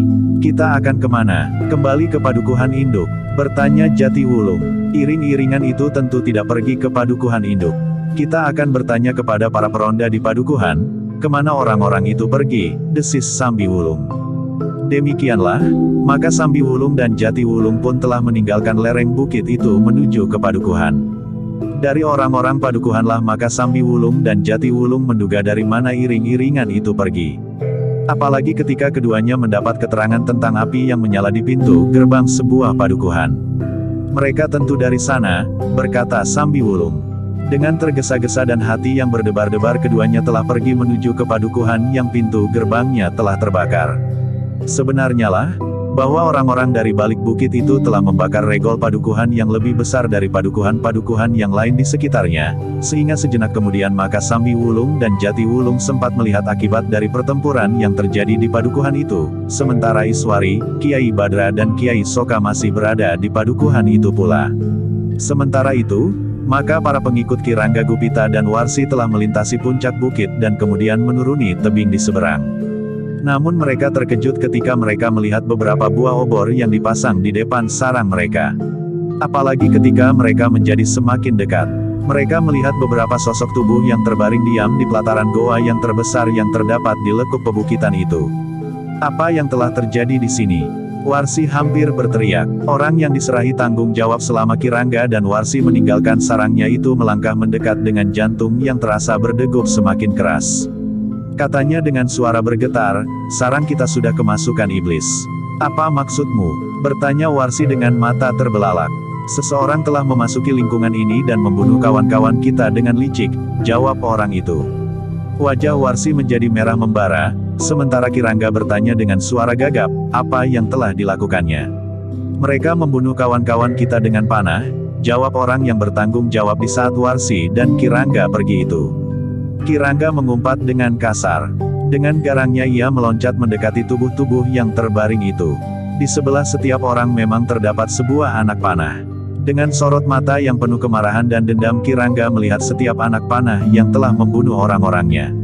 Sementara ia mengumpat-umpat kasar, maka seorang yang sudah berambut putih mendekatinya sambil berkata, kau tidak dapat mengumpat-umpat saja. Kau harus berbicara dengan para pemimpin dari kelompok ini. Kematian orang-orang kita di sarang sendiri adalah pertanda, betapa beratnya lawan yang akan kita hadapi. Tentu ada satu atau dua orang yang dengan sangat berani telah datang ke tempat ini. Sedikitnya dua orang, berkata salah seorang di antara mereka yang pada saat-saat terakhir hampir saja ikut menjadi sasaran anak panah Sambi Wulung dan Jati Wulung. Kita harus membalas kematian itu dengan kematian, geram Warsi. Apa yang akan kita lakukan? Bertanya orang yang sudah berambut putih. Kita membunuh orang-orang tanah perdikan Semboyan sebanyak-banyaknya, berkata Warsi. Apakah pantas jika kita membunuh orang-orang yang tidak terlibat langsung dalam pertentangan ini? Bertanya orang berambut putih itu. Aku tidak peduli. Bahkan perempuan dan anak-anak, mereka harus menebus kelicikan mereka dengan harga yang mahal, geram Warsi. Mereka sama sekali tidak licik. Mereka justru menunjukkan keberanian yang luar biasa. Jika kita kemudian membunuh siapa saja, termasuk perempuan dan anak-anak itulah yang disebut licik dan bahkan buas. Aku tidak sependapat, kecuali jika kita dapat membedakan di antara orang-orang Semboyan, yang manakah pengawal dan yang manakah bukan, berkata orang berambut putih itu. Tetapi ketika kita memasuki padukuhan itu, kita harus melawan semua orang laki-laki. Bahkan yang tua-tua sekalipun, sama sekali bukan hanya pengawal, geram Warsi. Orang berambut putih itu mengangguk-angguk. Ia pun ikut serta memasuki padukuhan itu untuk menjajaki kemampuan dan perlawanan orang-orang tanah perdikan Semboyan. Menurut pengamatannya memang semua laki-laki telah melibatkan diri kecuali mereka yang telah menjadi pikun. Dan seperti yang diduga, Warsi pun berteriak, kita akan membunuh semua orang laki-laki di tanah perdikan Semboyan dimanapun kita bertemu untuk membalas kematian kawan-kawan kita karena kelicikan orang-orang tanah perdikan Semboyan. Dalam pada itu, Kiai Badra dan Kiai Soka memang tengah berbincang dengan Iswari, Sambi Wulung dan Jati Wulung. Kedua orang tua itu memang menjadi sangat cemas karena langkah-langkah yang diambil oleh Sambi Wulung dan Jati Wulung. Bagaimana jika orang-orang di seberang bukit itu mendendam kepada setiap orang tanah perdikan ini? Bertanya Kiai Badra. Aku tidak sempat memikirkannya, berkata Sambi Wulung, karena aku melihat sasaran yang menarik, maka aku telah melepaskan anak panahku. Baiklah, berkata Kiai Badra, kita harus cepat mengatasi kemungkinan yang paling buruk yang dapat terjadi. Kita harus menyebar penghubung ke seluruh padukuhan di tanah perdikan ini. Tidak seorang pun dibenarkan keluar dari padukuhan, siang dan malam. Hanya untuk 2 hari saja. Setelah bulan purnama, mungkin akan terjadi perubahan. Jika pada saat purnama naik mereka tidak mengambil langkah-langkah penting, maka kita akan menyergap goa di seberang bukit itu guru, desis Iswari. Kiai Badra mengangguk-angguk. Ia dapat mengerti jalan pikiran Iswari, sementara Iswari itu pun berkata, kita tidak mau selalu dibayangi oleh ketakutan hanya karena sekelompok orang berada di balik bukit. Di malam purnama naik, kita akan menentukan sikap. Mereka atau kita yang akan menyerang. Jika malam itu mereka tidak menyerang, maka menjelang fajar, kitalah yang akan menyerang sehingga ketika matahari terbit, maka kita sudah memasuki lingkungan mereka. Kiai Soka pun kemudian menyahut, Iswari, kita masih mempunyai kesempatan untuk memikirkannya. Besok siang kita akan berunding. Mungkin rencanamu itu baik untuk diterapkan. Namun kita tidak boleh tergesa-gesa, karena banyak segi yang harus kita perhitungkan. Tetapi kita tidak mau membiarkan tanah perdikan ini seakan-akan berada di bawah pengaruh orang-orang di balik bukit itu. Seakan-akan kita hanya dapat melayani kemauan mereka tanpa dapat mengambil sikap sesuai dengan keinginan kita sendiri, berkata Iswari dengan wajah yang bersungguh-sungguh. Kiai Badra dan Kiai Soka mengangguk-angguk. Mereka tidak membantah lagi. Mereka menyadari bahwa jiwa Iswari memang sedang terbakar, sehingga mereka membiarkannya menjadi lebih tenang untuk sempat diajak berbicara. Dalam pada itu, yang dapat dilakukan adalah perintah lewat para penghubung berkuda, bahwa tidak seorang pun dibenarkan keluar dari padukuhan masing-masing untuk keperluan apapun. Nyawa mereka dapat terancam sehingga karena itu, maka setiap orang harus berjaga-jaga. Hanya para pengawal saja yang dibenarkan untuk meronda di bulak-bulak panjang. Sementara itu di perbatasan, di gerbang-gerbang, para pengawal harus mengembalikan orang-orang dari luar tanah perdikan yang akan memasuki tanah perdikan itu untuk keperluan apapun. Mereka harus diyakinkan bahwa memasuki tanah perdikan semboyan dalam suasana seperti saat itu adalah sangat berbahaya. Dengan demikian maka kehidupan di tanah perdikan semboyan memang menjadi bagaikan terhenti. Kesibukan hanya terjadi di dalam padukuhan-padukuhan. Orang-orang yang tidak sempat pergi ke pasar harus mencukupi kebutuhannya dengan meminjam tetangga-tetangganya atau mencarinya di kebun belakang. Namun dengan kesadaran yang tinggi, rakyat tanah perdikan semboyan telah mematuhinya sebagaimana mereka patuh untuk tidak keluar malam dari padukuhan, karena saat itu mereka ditakut-takuti oleh gerombolan-gerombolan serigala. Karena itulah, maka yang kemudian lewat menyusuri bulak-bulak panjang hanyalah para pengawal yang cukup kuat. Di antara mereka tentu ada yang menyandang busur dan membawa anak panah endong di punggung. Jika orang-orang dari balik bukit akan membalas menyerang mereka dengan anak panah, maka para pengawal pun telah bersiap melawan mereka. Ketika kemudian langit menjadi merah, maka jalan-jalan pun tetap sepi. Tidak ada suara pedati yang memuat barang-barang dagangan yang akan dibawa ke pasar. Tidak ada perempuan yang mendukung hasil bumi di sawahnya sambil berdendang di sepanjang jalan. Di lereng-lereng gelap tidak nampak obor-obor yang menyala, yang biasanya beruntun berurutan menerangi kegelapan di bawah pohon-pohon besar di pinggir jalan. Bahkan sampai saatnya matahari terbit, jalan-jalan di tanah perdikan semboyan tetap sepi. Orang-orang dari luar tanah perdikan itu terpaksa kembali ke padukuhan masing-masing. Namun pada umumnya mereka merasa berterima kasih atas keterangan yang mereka dapatkan dari para pengawal di regol-regol jalan yang memasuki tanah perdikan itu. Keamanan jiwa kalian terancam, berkata para pengawal. Terima kasih. Mudah-mudahan keadaan seperti ini cepat dapat diatasi oleh para pemimpin dan rakyat tanah perdikan semboyan, berkata orang yang terpaksa kembali itu. Sebenarnya lah maka di balik bukit Warsi telah mengatur orang-orangnya. Beberapa orang harus turun ke tanah perdikan semboyan. Mereka mendapat perintah untuk membunuh siapa saja yang mereka jumpai. Dengan senjata apapun yang dapat mereka pergunakan. Justru karena Warsi yang hatinya bagaikan terbakar oleh peristiwa yang sama sekali tidak diduganya itu telah lupa berpesan bahwa hanya laki-laki sajalah yang boleh dibunuh. Beberapa orang pilihan telah melintasi bukit dan turun ke lingkungan tanah perdikan semboyan. Mereka nampaknya memang seperti orang-orang kebanyakan yang akan pergi ke sawah atau ke pasar. Tidak nampak senjata di lambung mereka. Tetapi mereka membawa senjata-senjata pendek di bawah baju mereka. Sementara beberapa orang yang lain telah turun ke tanah perdikan dengan cara yang lain. Mereka berusaha untuk dilihat oleh siapapun. Mereka berusaha untuk menemukan orang-orang yang sedang pergi ke sawah dan membunuh mereka. Tetapi ternyata mereka tidak menemukan seseorang. Di sawah tidak ada petani yang mengairi sawah mereka. Di jalan-jalan tidak ada orang yang lewat. Bahkan jalan yang biasanya ramai dilalui orang yang pergi ke pasar, nampaknya terlalu sepi dan lengang. Beberapa orang yang berpura-pura pergi ke pasar, telah mengikuti jalan yang biasanya ramai itu. Namun ketika ia sampai ke sebuah padukuhan, maka para pengawal di pintu gerbang telah memberitahukan, sebaiknya mereka kembali saja. Kenapa? Bertanya orang itu. Tanah perdikan ini sedang dibayangi oleh kegelisahan. Bahkan keadaan menjadi sangat gawat sekarang ini, berkata pengawal itu. Tetapi jika demikian pasar akan menjadi kosong. Sedangkan kebutuhanku sangat mendesak, jawab orang itu. Kami hanya menginginkan kebaikanmu saja, jawab pengawal itu. Terima kasih Kisanak, tetapi beri kesempatan kami melihat pasar di padukuhan induk. Mungkin ada beberapa orang yang berjualan meskipun tidak sepenuh biasanya, berkata orang itu, mungkin ada yang kami butuhkan itu. Apakah Kisanak tidak yakin, bahwa pasar-pasar di tanah perdikan ini kosong? Kisanak, sebenarnya Kisanak ini dari mana?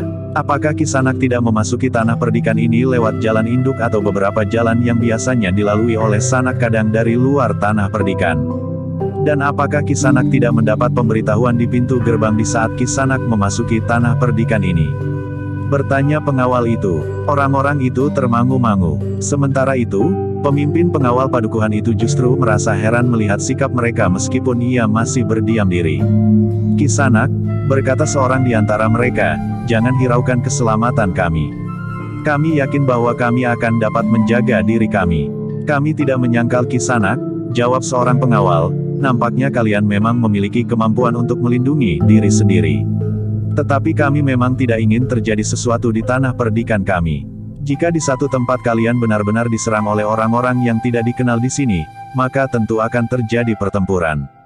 Siapapun yang akan mati, maka kami, orang-orang tanah perdikan semboyan tidak akan dapat begitu saja mencuci tangan.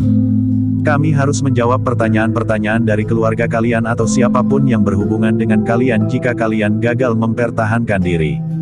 Orang-orang itu termangu-mangu. Namun seorang di antara mereka berkata, terima kasih atas peringatan kalian.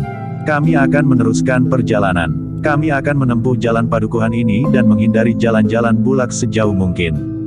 Para pengawal itu nampaknya masih saja berkeberatan. Namun tiba-tiba saja pemimpin pengawal padukuhan itu berkata, baiklah Kisanak. Jika kalian memang akan meneruskan perjalanan, asal segala tanggung jawab ada pada Kisanak sendiri. Mumpung masih pagi, Kisanak akan melihat bahwa pasar-pasar di tanah perdikan ini benar-benar kosong. Beberapa orang itu saling berpandangan. Kemudian seorang di antara mereka berkata, terima kasih atas kesempatan ini. Kami mohon diri. Beberapa orang itu pun kemudian melangkah meninggalkan regol padukuhan.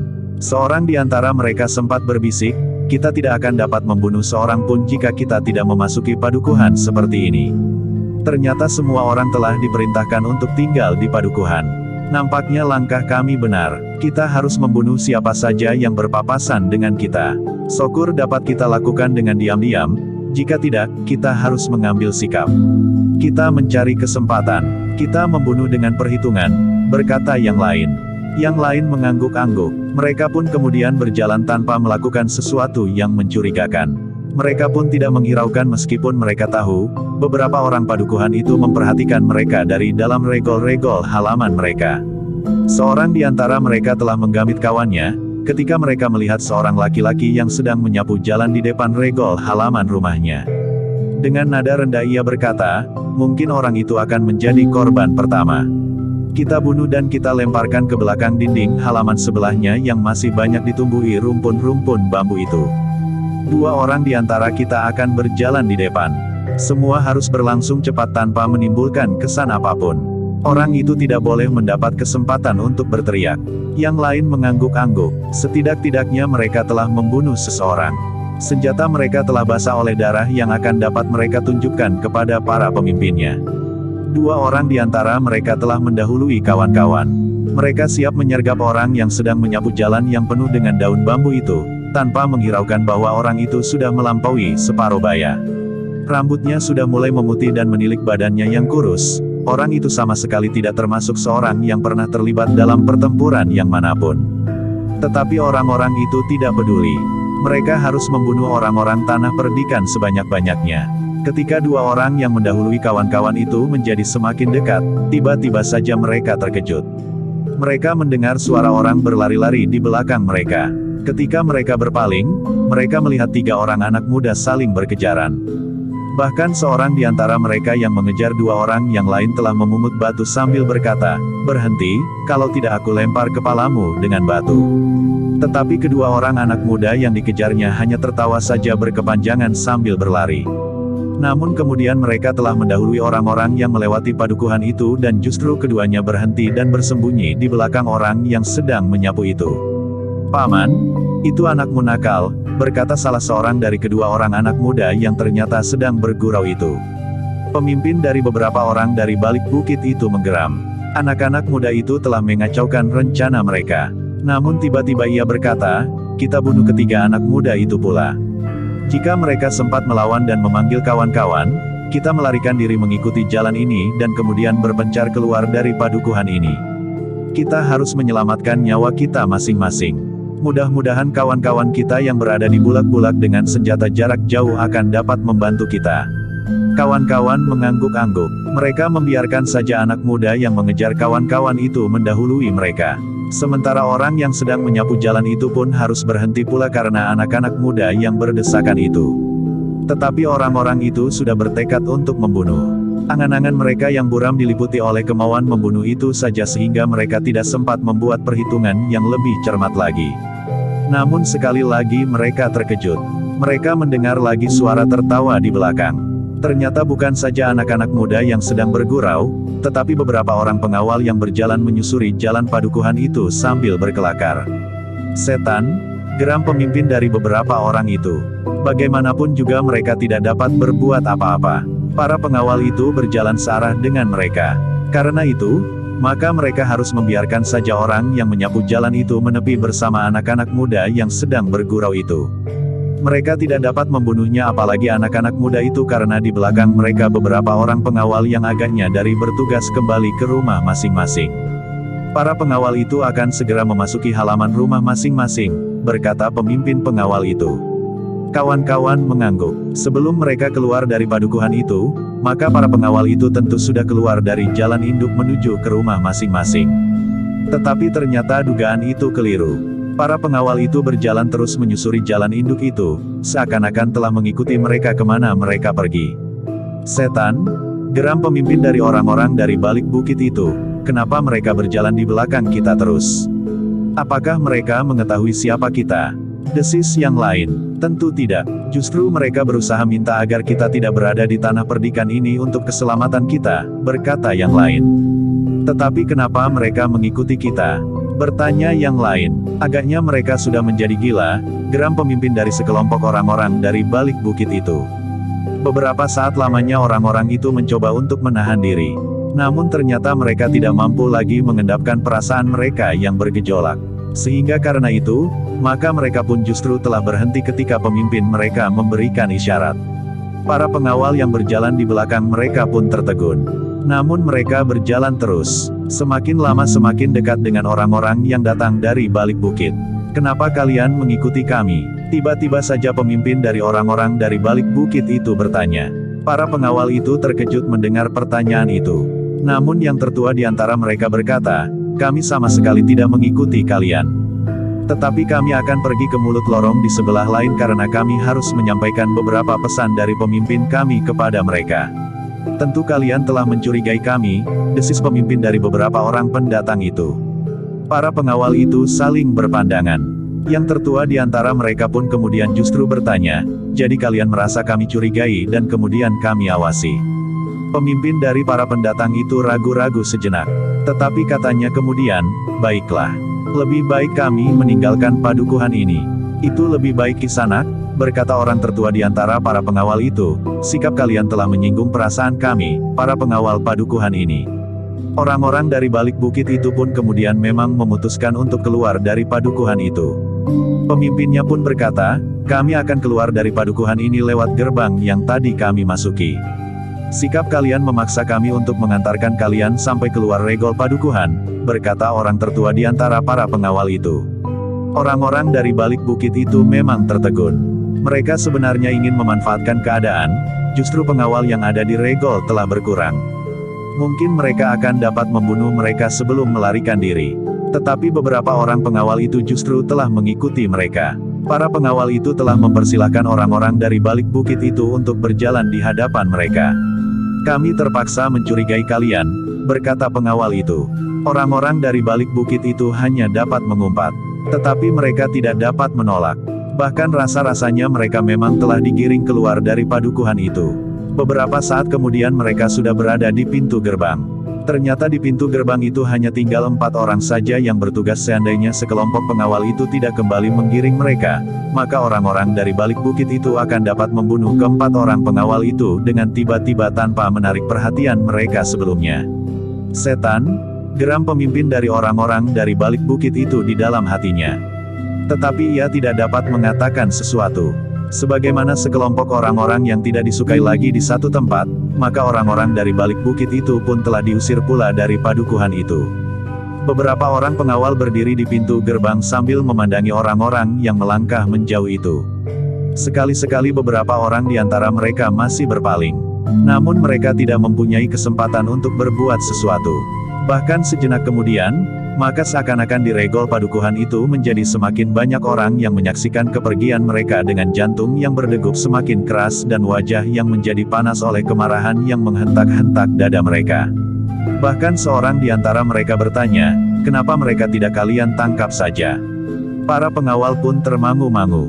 Namun pemimpin sekelompok pengawal yang bertanggung jawab saat itu berkata, kami memang mencurigainya. Tetapi kami masih menghindari benturan kekerasan. Mungkin mereka sengaja memancing persoalan sementara mereka telah mempersiapkan jebakan yang tidak kami ketahui. Karena itu, kami masih berusaha menghindari benturan kekerasan itu. Yang lain mengangguk-angguk, tetapi pada umumnya mereka mengerti alasan pemimpin kelompok pengawal yang bertugas itu. Mudah-mudahan padukuhan-padukuhan lain tidak dapat dikelabuinya pula, berkata pemimpin sekelompok pengawal itu. Lalu katanya pula, sejak kehadirannya kami sudah mencurigainya. Jika mereka orang-orang dari daerah tetangga, maka mereka tentu masuk tanah perdikan melalui jalan-jalan utama atau jalan-jalan simpang yang ramai, sehingga di saat mereka melintasi batas tanah perdikan, tentu sudah ada sekelompok pengawal yang memberitahukan agar mereka kembali. Tetapi orang-orang itu tiba-tiba saja sudah sampai di padukuhan ini. Para pengawal pun mengangguk-angguk. Bahkan ternyata hal itu telah didengar oleh Ki Bekel pula, sehingga Ki Bekel pun telah datang ke regol padukuhannya untuk minta keterangan tentang beberapa orang yang memasuki padukuhannya. Dengan singkat pemimpin kelompok pengawal yang bertugas itu pun memberikan laporan tentang orang-orang yang tidak dikenal yang memasuki padukuhan itu, justru pada saat keadaan sedang gawat. Kita memang harus mencurigai orang-orang yang tidak kita kenal, berkata Ki Bekel, kalian sudah melangkah ke arah yang benar. Sikap kalian dapat aku mengerti. Namun kemudian, kita harus bersiap semakin kuat. Mungkin ada langkah-langkah lain yang akan diambil oleh orang-orang itu. Jika perlu, kita membunyikan isyarat kentongan atau panah sendaren. Sebenarnya lah, bahwa para pengawal telah dipanggil. Mereka yang sedang beristirahat pun harus datang ke Banjar. Mereka dipersilahkan untuk tidur di Banjar, terutama bagi mereka yang bertugas di malam hari. Sementara itu, yang bertugas menggantikan mereka telah bersiap pula dengan berbagai macam pesan. Dalam pada itu, orang-orang yang datang dari balik bukit itu ternyata bahwa mereka telah gagal menjalankan tugas di tanah perdikan yang luas itu. Tidak seorang pun yang dapat mereka bunuh untuk melepaskan dendam dan kemarahan pemimpin mereka, serta membalaskan kematian kawan-kawan mereka. Demikian pula orang-orang yang bertugas dengan diam-diam berkeliaran di tanah perdikan untuk menyergap orang-orang yang pergi ke sawah. Ternyata mereka tidak menemukan seorang pun yang dapat menjadi sasaran pembunuhan. Karena itu, maka ketika mereka telah hampir setengah hari menunggu dan tidak mendapat kesempatan sama sekali, mereka pun menjadi kehilangan harapan untuk dapat berhasil dengan tugas mereka, sehingga meskipun dengan jantung yang berdebaran, mereka telah memanjat tebing dan pergi ke seberang bukit. Bagaimana mungkin hal itu terjadi? Warsi berteriak-teriak seperti orang gila, kalian ternyata sama sekali tidak berarti bagi kita semuanya di sini. Tentu tidak masuk akal, bahwa di seluruh tanah perdikan, tidak seorang pun yang dapat kalian bunuh. Aku berharap kalian dapat membunuh 30 atau bahkan 100 orang, siapapun di tanah perdikan. Di pasar, di sawah, Di padukuhan-padukuhan atau di mana saja. Agaknya orang-orang Tanah Perdikan Semboyan sudah bersiap-siap menghadapi kemungkinan seperti itu. Tidak seorang pun yang keluar dari padukuhan, sementara setiap padukuhan berada di bawah pengawasan yang ketat oleh para pengawal dan anak-anak mudanya. Bahkan setiap jengkal tanah seakan-akan tidak luput dari pengawasan mereka. Omong kosong, teriak Warsi, aku sendiri akan membuktikan. Tetapi Kirangga Gupita berkata, tidak ada gunanya. Kau masih mempunyai tugas yang lebih berarti daripada membunuh tikus-tikus kecil. Bukankah kau pada saatnya harus membunuh seekor harimau? Warsi menarik nafas dalam-dalam. Tetapi kemudian katanya dengan suara bergetar dan dengan mata yang merah, kita sudah dihinakan oleh orang-orang Tanah Perdikan itu. Bukan kita yang berhasil menakuti-nakuti mereka dengan gaya segerombolan serigala atau dengan cara-cara lain menjelang bulan purnama, tetapi justru mereka yang datang memasuki sarang kita dan dengan begitu mudahnya membunuh orang-orang kita. Bukankah akan datang saatnya kita membalas dendam? Bertanya Kirangga, tetapi tidak perlu sekarang. Besok malam bulan bulat di langit. Warsi menggeretakkan giginya. Hampir saja ia terlempar ke dalam sifat seorang perempuan, betapa keras dan kasarnya perempuan itu. Hampir saja ia memekik dan menjerit menangis sejadi-jadinya untuk melepaskan kejengkelannya. Namun untunglah bahwa ia segera sadar, bahwa ia bukan seorang perempuan cengeng yang hanya pandai menangis dan merengek. Namun Warsi memang dapat menahan dirinya. Ia tidak lagi berniat untuk turun ke seberang bukit karena kemarahan yang membakar jantungnya.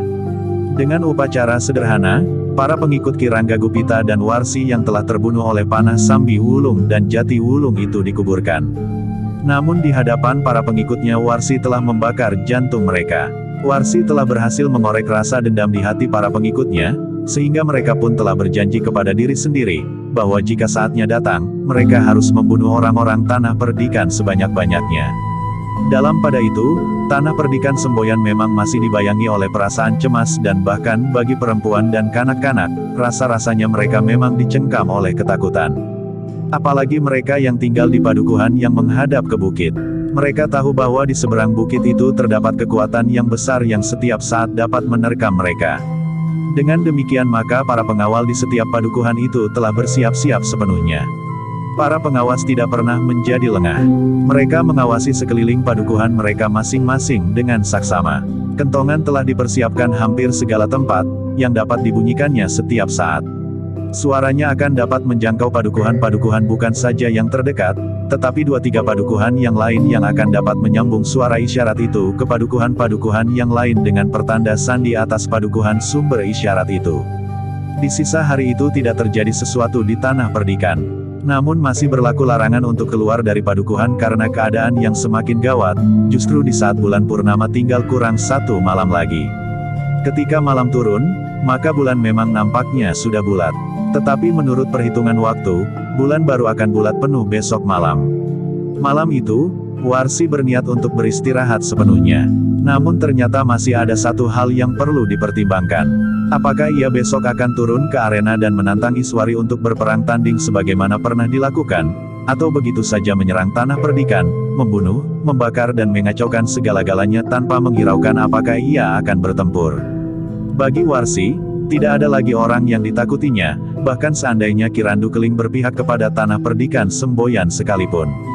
Tetapi tiba-tiba Warsi berkata, aku akan tidur. Aku tidak mau memikirkannya sekarang. Aku akan tidur di bawah cahaya bulan, agar tenaga yang memancar daripadanya membuat tenaga di dalam diriku semakin penuh. Dengan demikian besok aku akan turun ke arena dengan kekuatan yang tidak akan dapat diatasi oleh siapapun juga. Tidak ada yang mencegahnya. Kirangga pun tidak. Ia pun justru percaya bahwa ilmu Warsi dipengaruhi oleh cahaya bulan. Jika semalaman ia tidur di bawah cahaya bulan, seakan-akan kekuatan cahaya bulan itu menyusup dan memenuhi wadah yang sudah tersedia di dalam diri Warsi. Bahkan Kirangga pun berkata, aku temani kau tidur di bawah cahaya bulan. Warsi tidak menjawab lagi. Seorang pengikutnya telah memberikan sehelai tikar kepadanya dan sehelai kepada Rangga Gupita.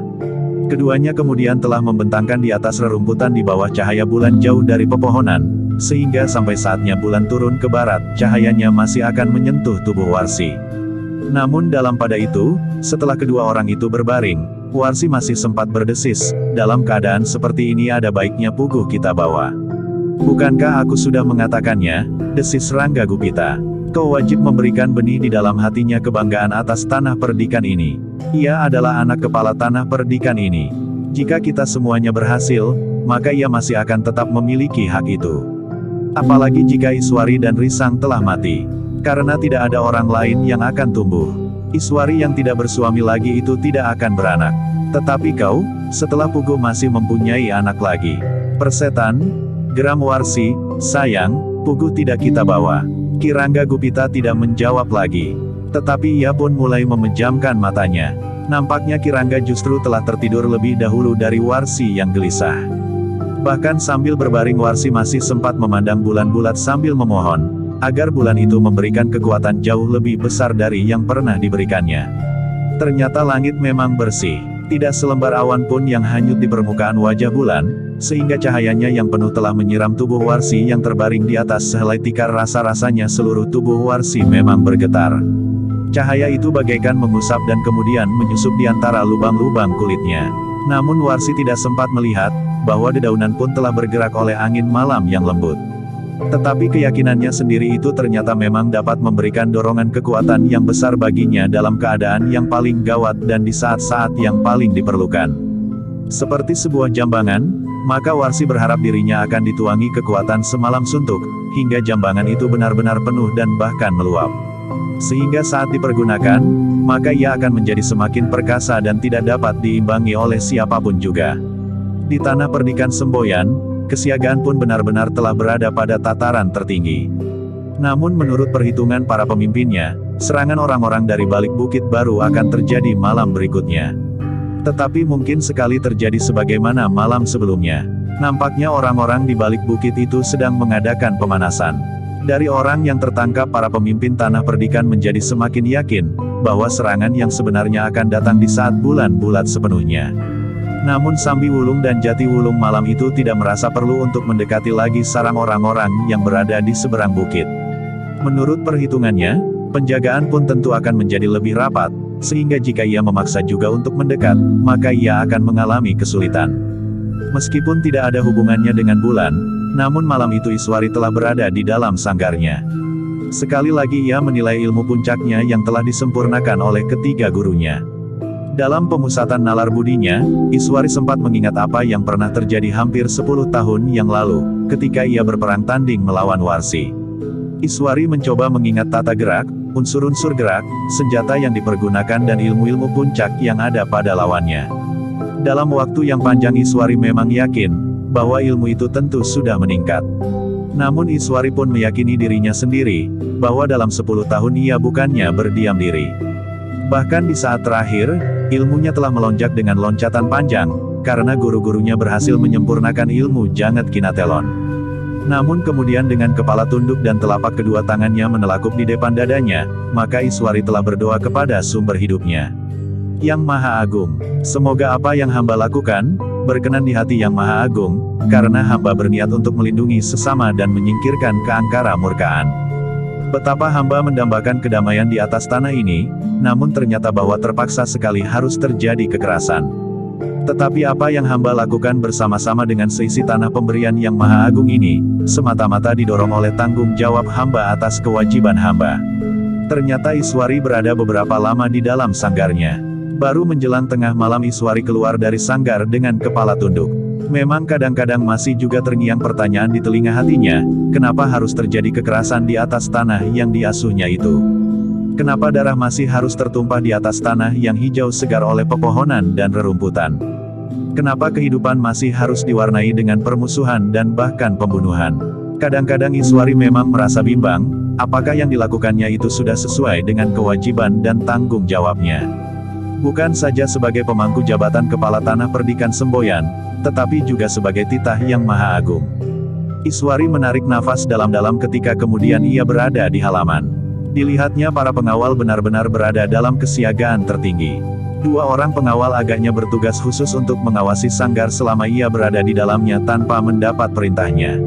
Mereka terlalu baik, berkata Iswari di dalam hatinya, mereka telah menyerahkan apa saja yang dimilikinya bagi tanah kelahirannya. Di ruang dalam Iswari masih bertemu dengan ketiga orang gurunya yang duduk bersama Sambi Wulung dan Jati Wulung. Ketika mereka melihat Iswari yang sudah keluar dari sanggarnya, maka mereka pun kemudian beringsut untuk memberikan tempat kepadanya. Beberapa saat mereka masih berbincang. Namun tidak seorang pun di antara mereka yang mengetahui apa yang akan terjadi besok. Namun Iswari memang sudah siap, seandainya Warsi menantangnya sekali lagi berperang tanding.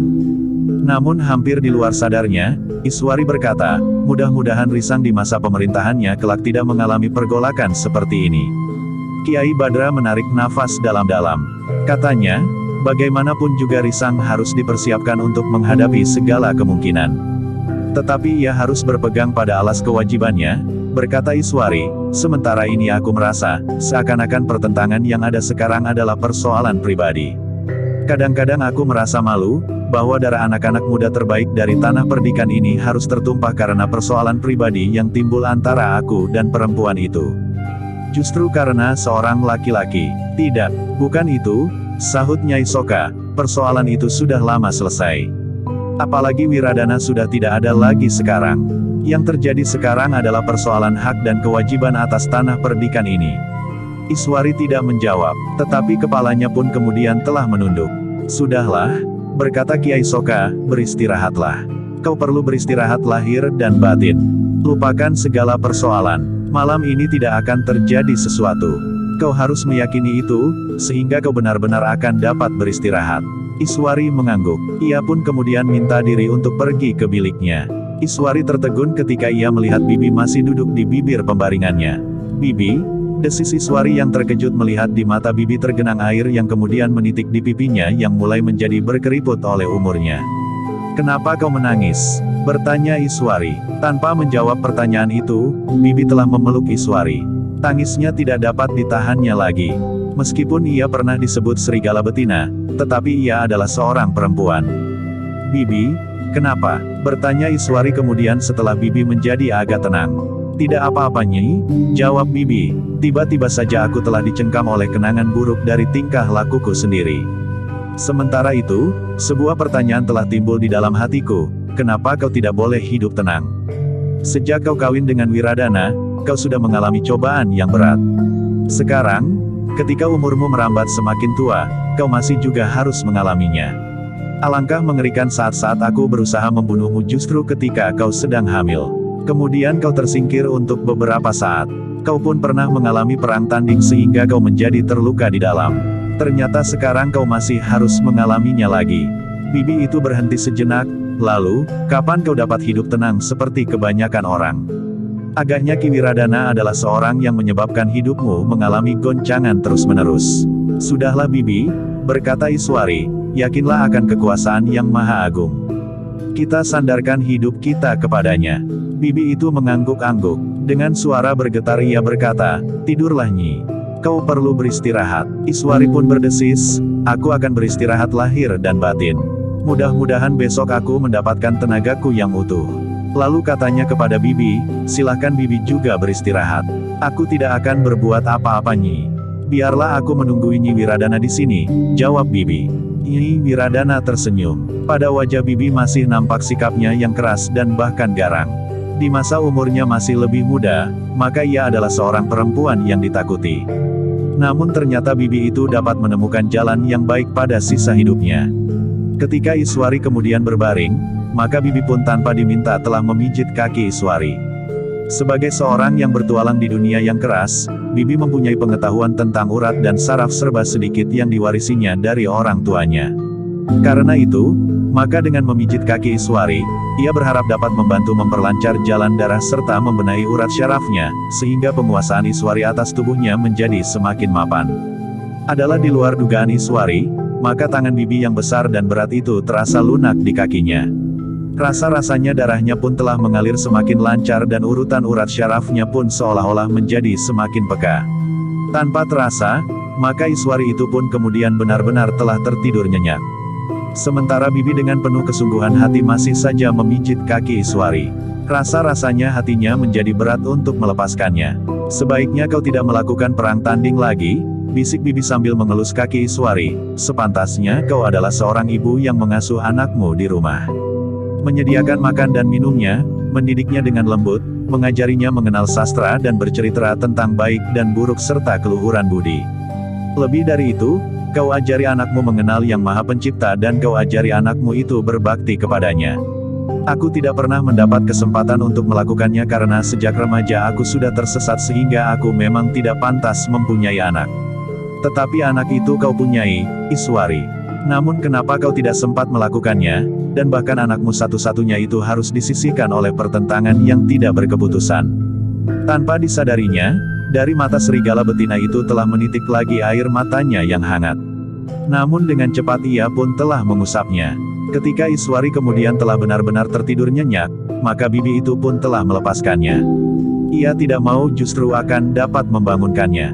Ia ingin Iswari benar-benar beristirahat. Tidurlah anak manis, desisnya. Setiap kali bibi masih saja bersyukur bahwa ia tidak membunuhnya di saat Iswari mengandung risang atas perintah Ki Wiradana. Bahkan saat-saat itu adalah garis batas ia melangkah kembali ke jalan lurus setelah untuk waktu yang lama ia menjelajahi jalan-jalan gelap. Tetapi bibi tidak keluar dari bilik itu. Ia pun kemudian begitu saja berbaring di lantai di sebelah pembaringan Iswari. Namun Iswari tidak mengetahuinya, karena bibi itu bangun lebih dahulu dari Iswari. Menjelang dini hari bibi keluar dari bilik itu dan pergi ke Pakiwan. Iswari terbangun di saat fajar mulai menyingsing. Perlahan-lahan Iswari bangkit dari pembaringannya. Ternyata sesuatu telah terjadi pada wadaknya. Ia tidak mengira bahwa akibat pijitan bibi pada anggota badannya, maka rasa-rasanya tubuhnya menjadi semakin mapan. Sementara arus darahnya terasa lebih lancar di seluruh tubuhnya. Apakah gejala yang terasa ini menguntungkan atau sebaliknya? Bertanya Iswari kepada diri sendiri. Ketika ia kemudian keluar, maka langit pun nampak kemerah-merahan. Ayam mulai berkejaran di halaman.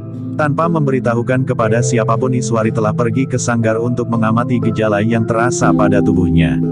Sejenak Iswari memanaskan tubuhnya dengan meloncat-loncat kecil. Kemudian menggerakkan tangannya dalam putaran yang ajak. Baru ia mulai mengamati tubuhnya sendiri. Mengamati gejala yang baru dikenalnya sejak ia bangun dari tidurnya. Ternyata bahwa pengaruhnya memang menguntungkan bagi gerak dan penguasaan tubuhnya. Badannya menjadi terasa semakin ringan sehingga ia mampu bergerak lebih cepat. Bahkan ketika ia mulai merambah pada ilmu andalannya Janget Kinatelon, maka rasa-rasanya keadaan tubuhnya menjadi semakin membantu pancaran ilmunya itu. Iswari menarik nafas dalam-dalam. Katanya, ternyata bibi mempunyai keahlian yang khusus. Ia mengenal dengan cermat tata hubungan urat darah dan susunan saraf sehingga ia mampu membantu membuka kemungkinan-kemungkinan baru dalam pengerahan tenaga cadangan di dalam diri lebih baik dari sebelumnya. Meskipun Iswari hanya sampai pada ujung ilmunya, tetapi ia sudah merasakan kelebihan dukungan wadaknya. Beberapa saat kemudian, Iswari telah keluar dari sanggarnya. Namun demikian untuk meyakinkan dirinya, maka ia pun telah menemui Nyai Soka. Dengan singkat Nyai Soka mendengarkan laporan Iswari tentang pijitan jari-jari bibi. Dengan pengetahuan yang ada padanya, maka Nyai Soka telah melihat gejala yang ada di dalam diri Iswari. Namun kemudian sambil mengangguk-anggukkan kepalanya ia berkata, ternyata serigala betina itu memiliki kemampuan yang khusus. Berterima kasihlah kepadanya. Aku sudah berusaha untuk melakukannya, tetapi hasilnya tidak sejauh yang dilakukan oleh bibi ini. Jadi menurut guru, bibi telah membantu meningkatkan kemampuanku. Bertanya Iswari. Berterima kasihlah kepada bibi. Penguasaanmu atas ilmu yang ada di dalam dirimu menjadi semakin mapan. Demikian pula ilmu Janget Kinatelon. Kau memang harus mengucapkan terima kasih kepadanya, berkata Nyai Soka. Iswari menarik nafas dalam-dalam. Sambil mengangguk ia berkata, aku akan menemuinya. Iswari pun kemudian telah mencari bibi ke dapur. Ditemuinya orang itu duduk di depan perapian sambil merenungi api yang menyala memanasi periuk berisi beras yang sedang ditanak.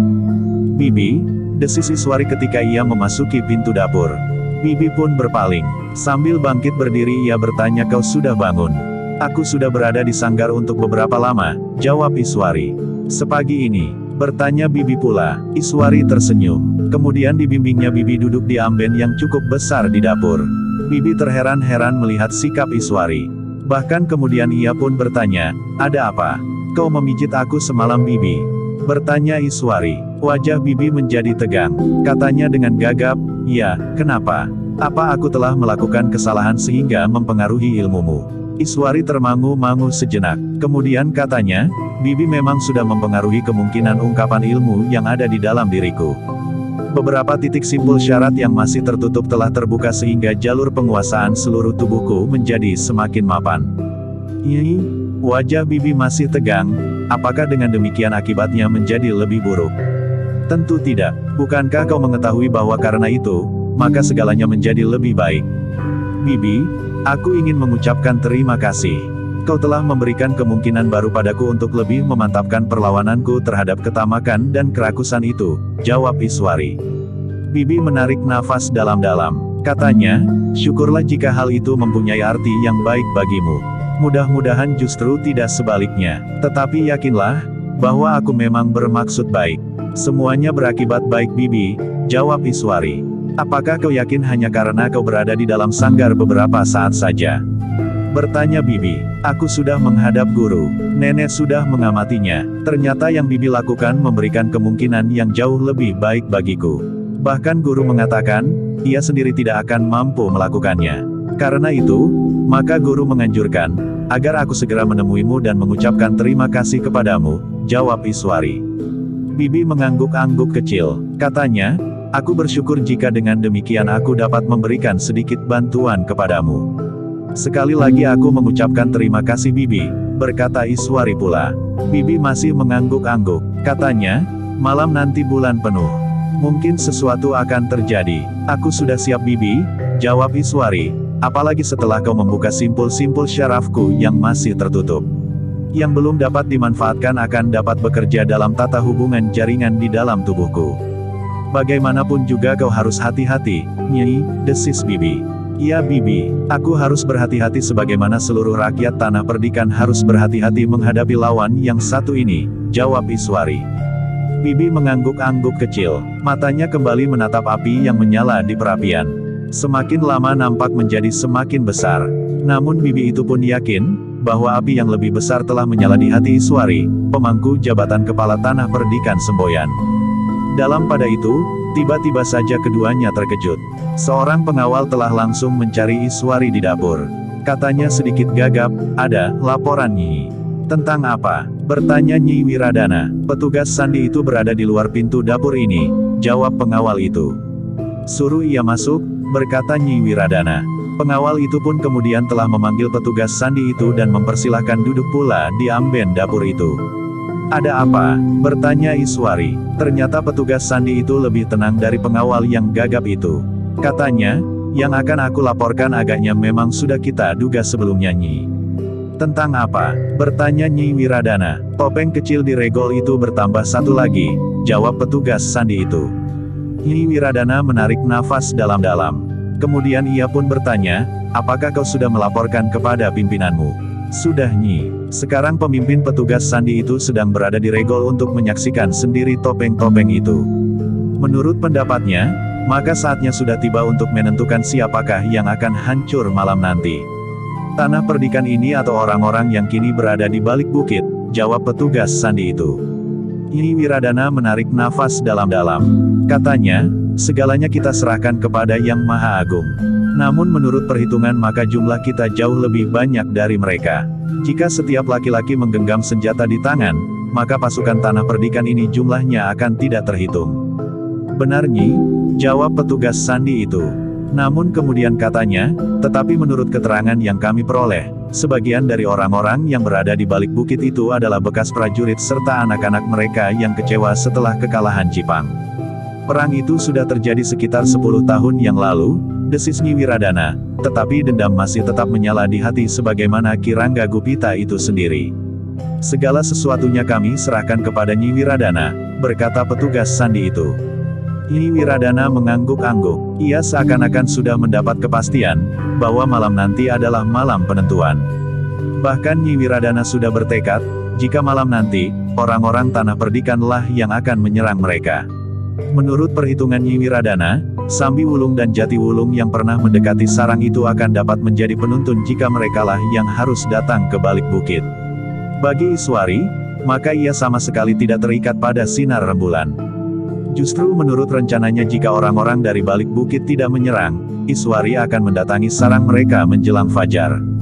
Demikian matahari terbit, maka pasukannya akan menyerang sehingga akan terjadi pertempuran di siang hari. Dalam pada itu, maka Iswari pun kemudian berkata kepada petugas sandi itu, "Baiklah. Aku terima laporanmu. Terima kasih. Aku akan membicarakannya dengan para pemimpin tanah perdikan ini. Setelah pimpinanmu nanti datang, mungkin ia membawa keterangan lebih banyak sementara pemimpin pengawal tanah perdikan ini sudah datang pula." Petugas sandi itu pun kemudian mohon diri. Ia akan menemui pemimpinnya untuk menyampaikan dari Nyi Wiradana. Sesaat kemudian, maka Nyi Wiradana pun telah membenahi dirinya. Demikian pula ketiga orang gurunya pun telah berada di ruang dalam. Sambi Wulung dan Jati Wulung masih berada di Serambi Gandok bersama beberapa orang pemimpin pengawal yang telah berada di rumah itu. Hampir semua orang sependapat, bahwa orang-orang di balik bukit akan mengadakan gerakan di malam hari. Para pengawas yang bertugas menjelang dini untuk menjaga kemungkinan orang-orang di balik bukit datang dan menyerang di saat matahari terbit, telah memberikan laporan, bahwa mereka tidak melihat gerakan pasukan sama sekali. Warsi memang mempunyai kepercayaan yang berhubungan dengan cahaya bulan, berkata Sambi Wulung. "Iya," jawab seorang yang umurnya sudah setua Sambi Wulung yang masih juga dianggap salah seorang pengawal karena orang itu memiliki kemampuan pengobatan, tetapi ternyata bahwa ia tidak memperhitungkan kekuatan dan kemampuan bertempur di malam hari meskipun di bawah terangnya cahaya bulan. Sementara itu, para pengikutnya masih harus benar-benar mengenali medan jika pertempuran terjadi di malam liari. Betapapun terangnya bulan, namun di dalam padukuhan, keadaannya tentu cukup gelap bagi mereka yang belum mengenal medan dengan baik. Sambi Wulung dan Jati Wulung mengangguk-angguk. Ternyata orang itu juga memiliki ketajaman perhitungan tentang medan. Bahkan orang itu pun kemudian berkata, Warsi terlalu mementingkan dirinya sendiri. Yang memerlukan cahaya bulan itu hanya satu orang, Warsi sendiri. Tetapi ia sudah menentukan sikap seakan-akan dirinya sendirilah yang dapat menentukan kemenangan pertempuran itu. Kecuali jika ia menantang perang tanding seperti yang pernah terjadi. Tetapi Jati Wulung menyahut, jika yang dimaksud adalah perang tanding, tentu sudah ada tantangan sampai kepada Nyi Wiradana. Ternyata sampai saat ini tantangan itu belum ada. Entahlah jika Nyi Wiradana masih merahasiakannya karena menganggap belum waktunya diberitahukan kepada kita. Tetapi bagaimanapun juga tentu ada orang yang telah mendengarnya. Yang lain mengangguk-angguk. Sebenarnya orang-orang tanah perdikan sendiri menganggap lebih baik bertempur di siang hari. Mereka akan dapat melihat kawan dan lawan lebih jelas daripada di malam hari meskipun diterangi oleh cahaya bulan yang paling bulat sekalipun. Sementara itu di balik bukit, Warsi pun telah berbenah diri. Wajahnya nampak segar dan sekali-sekali ia tersenyum sambil berkata, "Aku benar-benar sudah siap." Semalam suntuk Warsi telah bermandikan cahaya bulan. Ia tidur di tempat terbuka, sehingga seakan-akan jambangan kemampuan di dalam dirinya sudah diisi dengan tenaga sepenuhnya. "Sehari ini kita mempunyai kesempatan menyusun pasukan," berkata Warsi kepada Kirangga. "Kita akan bertempur malam hari sehingga di siang hari ini orang-orang kita harus banyak beristirahat," berkata Kirangga. "Kita mempunyai banyak waktu," berkata Warsi, "anak manis itu tidak akan berani menyergap kita. Mereka hanya dapat menunggu. Kitalah yang menentukan kapan pertempuran akan terjadi. Mungkin mereka hari ini bersikap lain, sehingga kita harus lebih berhati-hati," berkata Kirangga Gupita. "Tidak, mereka tidak akan bersikap lain. Sudah menjadi kebiasaan perempuan-perempuan cantik itu hanya dapat menunggu. Kitalah yang akan bergerak dengan perhitungan dan kepentingan kita." Rangga Gupita mengangguk-angguk. Nampaknya orang-orang tanah perdikan semboyan memang hanya dapat menunggu dengan gelisah. Bahkan dengan ketakutan. Tetapi pemanasan yang pernah dilakukan menunjukkan kesiagaan para pengawal tanah perdikan di setiap padukuhan, sementara mereka pun dapat bergerak dengan cepat dari satu padukuhan ke padukuhan yang lain. Namun Warsi merasa terlalu yakin akan dirinya. Ia nampak gembira semental gerakannya pun seakan-akan menjadi lebih cekatan. Ketika matahari naik ke kaki langit, maka Warsi telah membawa beberapa orang pengawalnya untuk naik ke atas bukit. Sekelompok pengawal telah mendahului mereka untuk meyakinkan bahwa tidak ada bahaya di atas bukit itu. Dengan sikap dan keyakinan seorang panglima perang, Warsi kemudian berdiri tegak di atas punggung bukit diikuti oleh Kirangga Gupita. Dari tempatnya berdiri Warsi melihat lembah yang hijau terbentang luas di bawah bukit itu. Beberapa gumuk dan bukit-bukit kecil nampak di antara hijaunya tanaman di sawah dan ladang. Jalur-jalur air yang mengalir berliku-liku di antara kota-kota sawah membuat lukisan alam tanah perdikan semboyan menjadi semakin indah di mata Warsi. "Betapa suburnya tanah perdikan itu," berkata Warsi. "Ya," sahut Kirangga. Hijaunya sawah dan hutan di lereng pegunungan itu. Hutan yang merambat semakin meluas di lereng-lereng bukit. Pada suatu saat lereng bukit ini pun tentu akan menjadi hutan yang lebat pula seperti lereng-lereng pegunungan yang lain. Hutan perdu ini akan segera berubah menjadi hutan pohon-pohon raksasa pada saatnya nanti. Tidak, jawab Warsi, bukit ini memang tandus. Kau lihat batu-batu padas itu. 1-2 batang pohon dapat hidup di celah-celahnya di samping gerumbul-gerumbul perdu. Berbeda dengan bukit-bukit hijau yang lain yang tanahnya memang memungkinkan untuk ditumbuhi pepohonan hutan. Warsi mengangguk-angguk, namun wajahnya masih tetap cerah. Dengan nada ringan ia berkata, Pugu mempunyai hak atas tanah ini. Tetapi anak itu sulit untuk diharapkan. Kitalah yang mengemudikannya, berkata Kirangga, tetapi bagaimanapun juga, kita memerlukannya. Jika pergolakan di Pajang dapat menyala menjadi pertentangan, maka Pajang tidak akan sempat lagi mengurusi tanah perdikan ini. Tidak akan ada orang di Pajang yang sempat mengingat pertanda kedudukan kepala tanah perdikan ini, dan bahkan tidak ada lagi pejabat yang menghiraukan apa yang terjadi. Nah, pada saat yang demikian Puguh kita perlukan. Ia harus tampil meyakinkan. Jika malam ini kita dapat membunuh Iswari, serta menghancurkan kemampuan perlawanan tanah perdikan ini, maka jalan kita menjadi semakin rata. Bagaimana dengan Pajang itu? Bertanya Warsi. Nampaknya Pajang mulai disibukkan oleh dirinya sendiri. Seperti yang aku katakan, kita berharap api akan membakar kerajaan Kerdil yang diperintah oleh Jaka Tingkir itu, geram Kirangga Gupita. Warsi mengangguk-angguk. Bagaimanapun juga, keinginannya untuk menguasai tanah perdikan itu masih menyala di hatinya. Sedangkan alat yang mungkin dapat dipergunakan, satu-satunya adalah Puguh. Anak yang dilahirkannya dari suaminya Ki Wiradana. Meskipun bagi Warsi Puguh adalah anak yang seolah-olah sama sekali tidak akan dapat diharapkannya, tetapi sebagai alat ia akan dapat dipergunakannya. Ketika cahaya matahari yang semakin tinggi memantul dari hijaunya dedaunan, maka rasa-rasanya tanah perdikan Semboyan memang merupakan tanah harapan. Bukan saja hasil yang dapat dipetik dari tanah perdikan itu, tetapi di tanah perdikan itu ia juga akan menyandang kekuasaan. Untuk beberapa saat Warsi masih berdiri di punggung bukit. Ia melihat beberapa orang pengawalnya berada agak jauh di lereng yang menghadap ke tanah perdikan. Mereka tidak mau diperbodoh lagi dengan orang-orang yang bersenjata panah dan membunuh beberapa orang di antara mereka. Ketika Warsi sudah puas memandang tanah perdikan yang terhampar di lembah yang berbukit-bukit itu, maka ia pun kemudian telah mengajak Kirangga kembali ke sarang mereka. Namun beberapa orang pengawas telah ditugaskan untuk tetap berjaga-jaga. Mungkin perempuan cantik itu menjadi gila karena ketakutan sehingga ia memerintahkan orang-orangnya untuk menyerbu kita di siang hari, berkata Warsi. Tidak seorang pun akan sempat mencapai punggung bukit ini, berkata Kirangga Gupita, pasukan panah yang sudah kita siapkan akan menyapu mereka selagi mereka memanjat tebing. Sementara itu bebatuan dan batang-batang kayu yang ada di atas akan dapat menjadi senjata yang baik. Batu-batu padas itu akan dapat menggelinding turun menimpa dan menghanyutkan bebatuan di bawahnya, sehingga akan terjadi banjir batu padas. Warsi tertawa, katanya, kita tidak perlu mencemaskannya. Sudah aku katakan, biasanya perempuan cantik seperti Iswari itu hanya dapat menunggu tanpa berani mengambil sikap lebih dahulu. Demikianlah, maka Warsi dan Kirangga Gupita itu pun kemudian telah turun kembali ke sarang mereka. Mereka sama sekali tidak menghiraukan kemungkinan orang-orang tanah perdikan Semboyan akan menyerang mereka.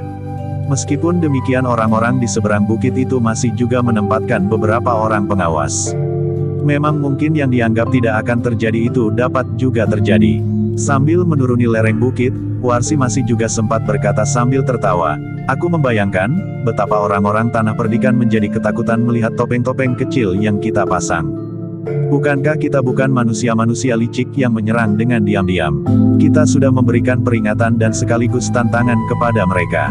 Kirangga mengangguk. Katanya, mudah-mudahan mereka mengetahui makna dari topeng-topeng itu. Jika mereka tidak mengetahuinya, bukan salah kita. Tetapi kita sudah memberikan pertanda dan kita akan melakukan sebagaimana yang biasa kita lakukan. Topeng-topeng itu adalah pertanda maut. Suara tertawa Warsi telah mengumandang memantul tebing pegunungan. Kirangga Gupita mengangguk-angguk. Namun sebagai seorang prajurit yang berpengalaman, Kirangga mempunyai perhitungan yang lebih luas dari Warsi yang terlalu yakin akan dirinya sendiri. Karena itu, maka Kirangga pun berkata, tetapi kita harus berhati-hati. Di tanah perdikan semboyan terdapat orang-orang yang mempunyai pengalaman yang luas. Orang-orang tua yang meskipun sudah mulai pikun, namun mereka tentu masih sempat memberikan banyak petunjuk kepada Iswari. Ya, Warsi mengangguk-angguk, tugasmulah untuk mengatasi tanah perdikan itu dengan kemampuan keprajuritanmu. Aku memang kurang mengetahuinya. Aku hanya tahu, bahwa jika aku sempat berhadapan dengan perempuan cantik itu, aku akan membunuhnya. Kau tidak akan dapat melakukannya tanpa dukungan suasana di sekitarmu. Kecuali jika kau menantangnya berperang tanding, jawab Kirangga. Aku tidak yakin ia mau menerima tantanganku. Mungkin ia akan mengelak dengan alasan bahwa ia baru saja sembuh dari sakit. Alasan yang paling pantas dikemukakan untuk mengelakkan perang tanding tanpa menghancurkan harga dirinya. Tetapi sudah tentu ia akan mengajukan syarat waktu yang lain. Orang-orang tanah perdikan semboyan nampaknya mengetahui bahwa ada hubungan antara ilmuku dengan bulan yang bercahaya di langit. Karena itu, maka mungkin sekali Iswari akan mengajukan waktu justru di saat langit gelap sama sekali, berkata Warsi. Namun katanya kemudian, kita akan mengaturnya bersama para bekas perwira Jipang. Segalanya harus tuntas sehingga kita dapat menganggap bahwa yang kita lakukan sekarang ini selesai pada satu tahap sebelum kita akan memasuki tahap berikutnya, bersamaan dengan saatnya Pajang dibakar oleh api pertentangan. Sementara itu Puguh sudah menjadi semakin dewasa, meskipun ia seorang yang dungu dan tidak berarti apa-apa selain sebagai alat yang akan dapat menempatkan kita di sini. Anak itu tidak boleh terlalu pandai memang, berkata Kirangga. Ia akan tetap dungu seperti ayahnya, sahut Warsi. Itu bukan soal, berkata Kirangga Gupita, semakin dungu anak itu, bagi kita akan menjadi semakin baik. Warsi termangu-mangu, namun Kirangga pun kemudian tertawa. Katanya, untunglah bahwa anak itu dungu seperti ayahnya. Jika ia cerdik seperti ibunya, maka kitalah yang akan diperalatnya kelak. Warsi tidak ikut tertawa, wajahnya justru menjadi tegang. Memang terkilas di angan-angannya satu kehidupan yang saat itu dianggapnya paling manis, ketika ia berhasil menjadi istri bakal kepala tanah perdikan semboyan dan apalagi ketika ia berhasil membalaskan dendamnya, membunuh ayah Wiradana. Namun yang kemudian tinggal di dalam kepalanya kini adalah kebencian. Bahkan kebenciannya telah melimpah pula kepada anak Wiradana meskipun anak itu dilahirkannya sendiri. Anak kandungnya, betapa segannya ia mengasuh anak itu, sehingga anak itu begitu saja diserahkan kepada seorang yang dianggapnya akan dapat mengajari anak itu serba sedikit tentang olah kanuragan. Bahkan didorongnya anak itu untuk melakukan hal-hal yang dapat membentuk sifatnya menjadi kasar dan garang. Tetapi otaknya harus tetap tumpul sebagaimana ayahnya yang memang kurang cepat menanggapi keadaan. Dengan sengaja dibiarkannya anaknya itu berada di tempat-tempat yang kusam sebagaimana Puguh sering berada di Songlawa. Bersambung ke jilid 15.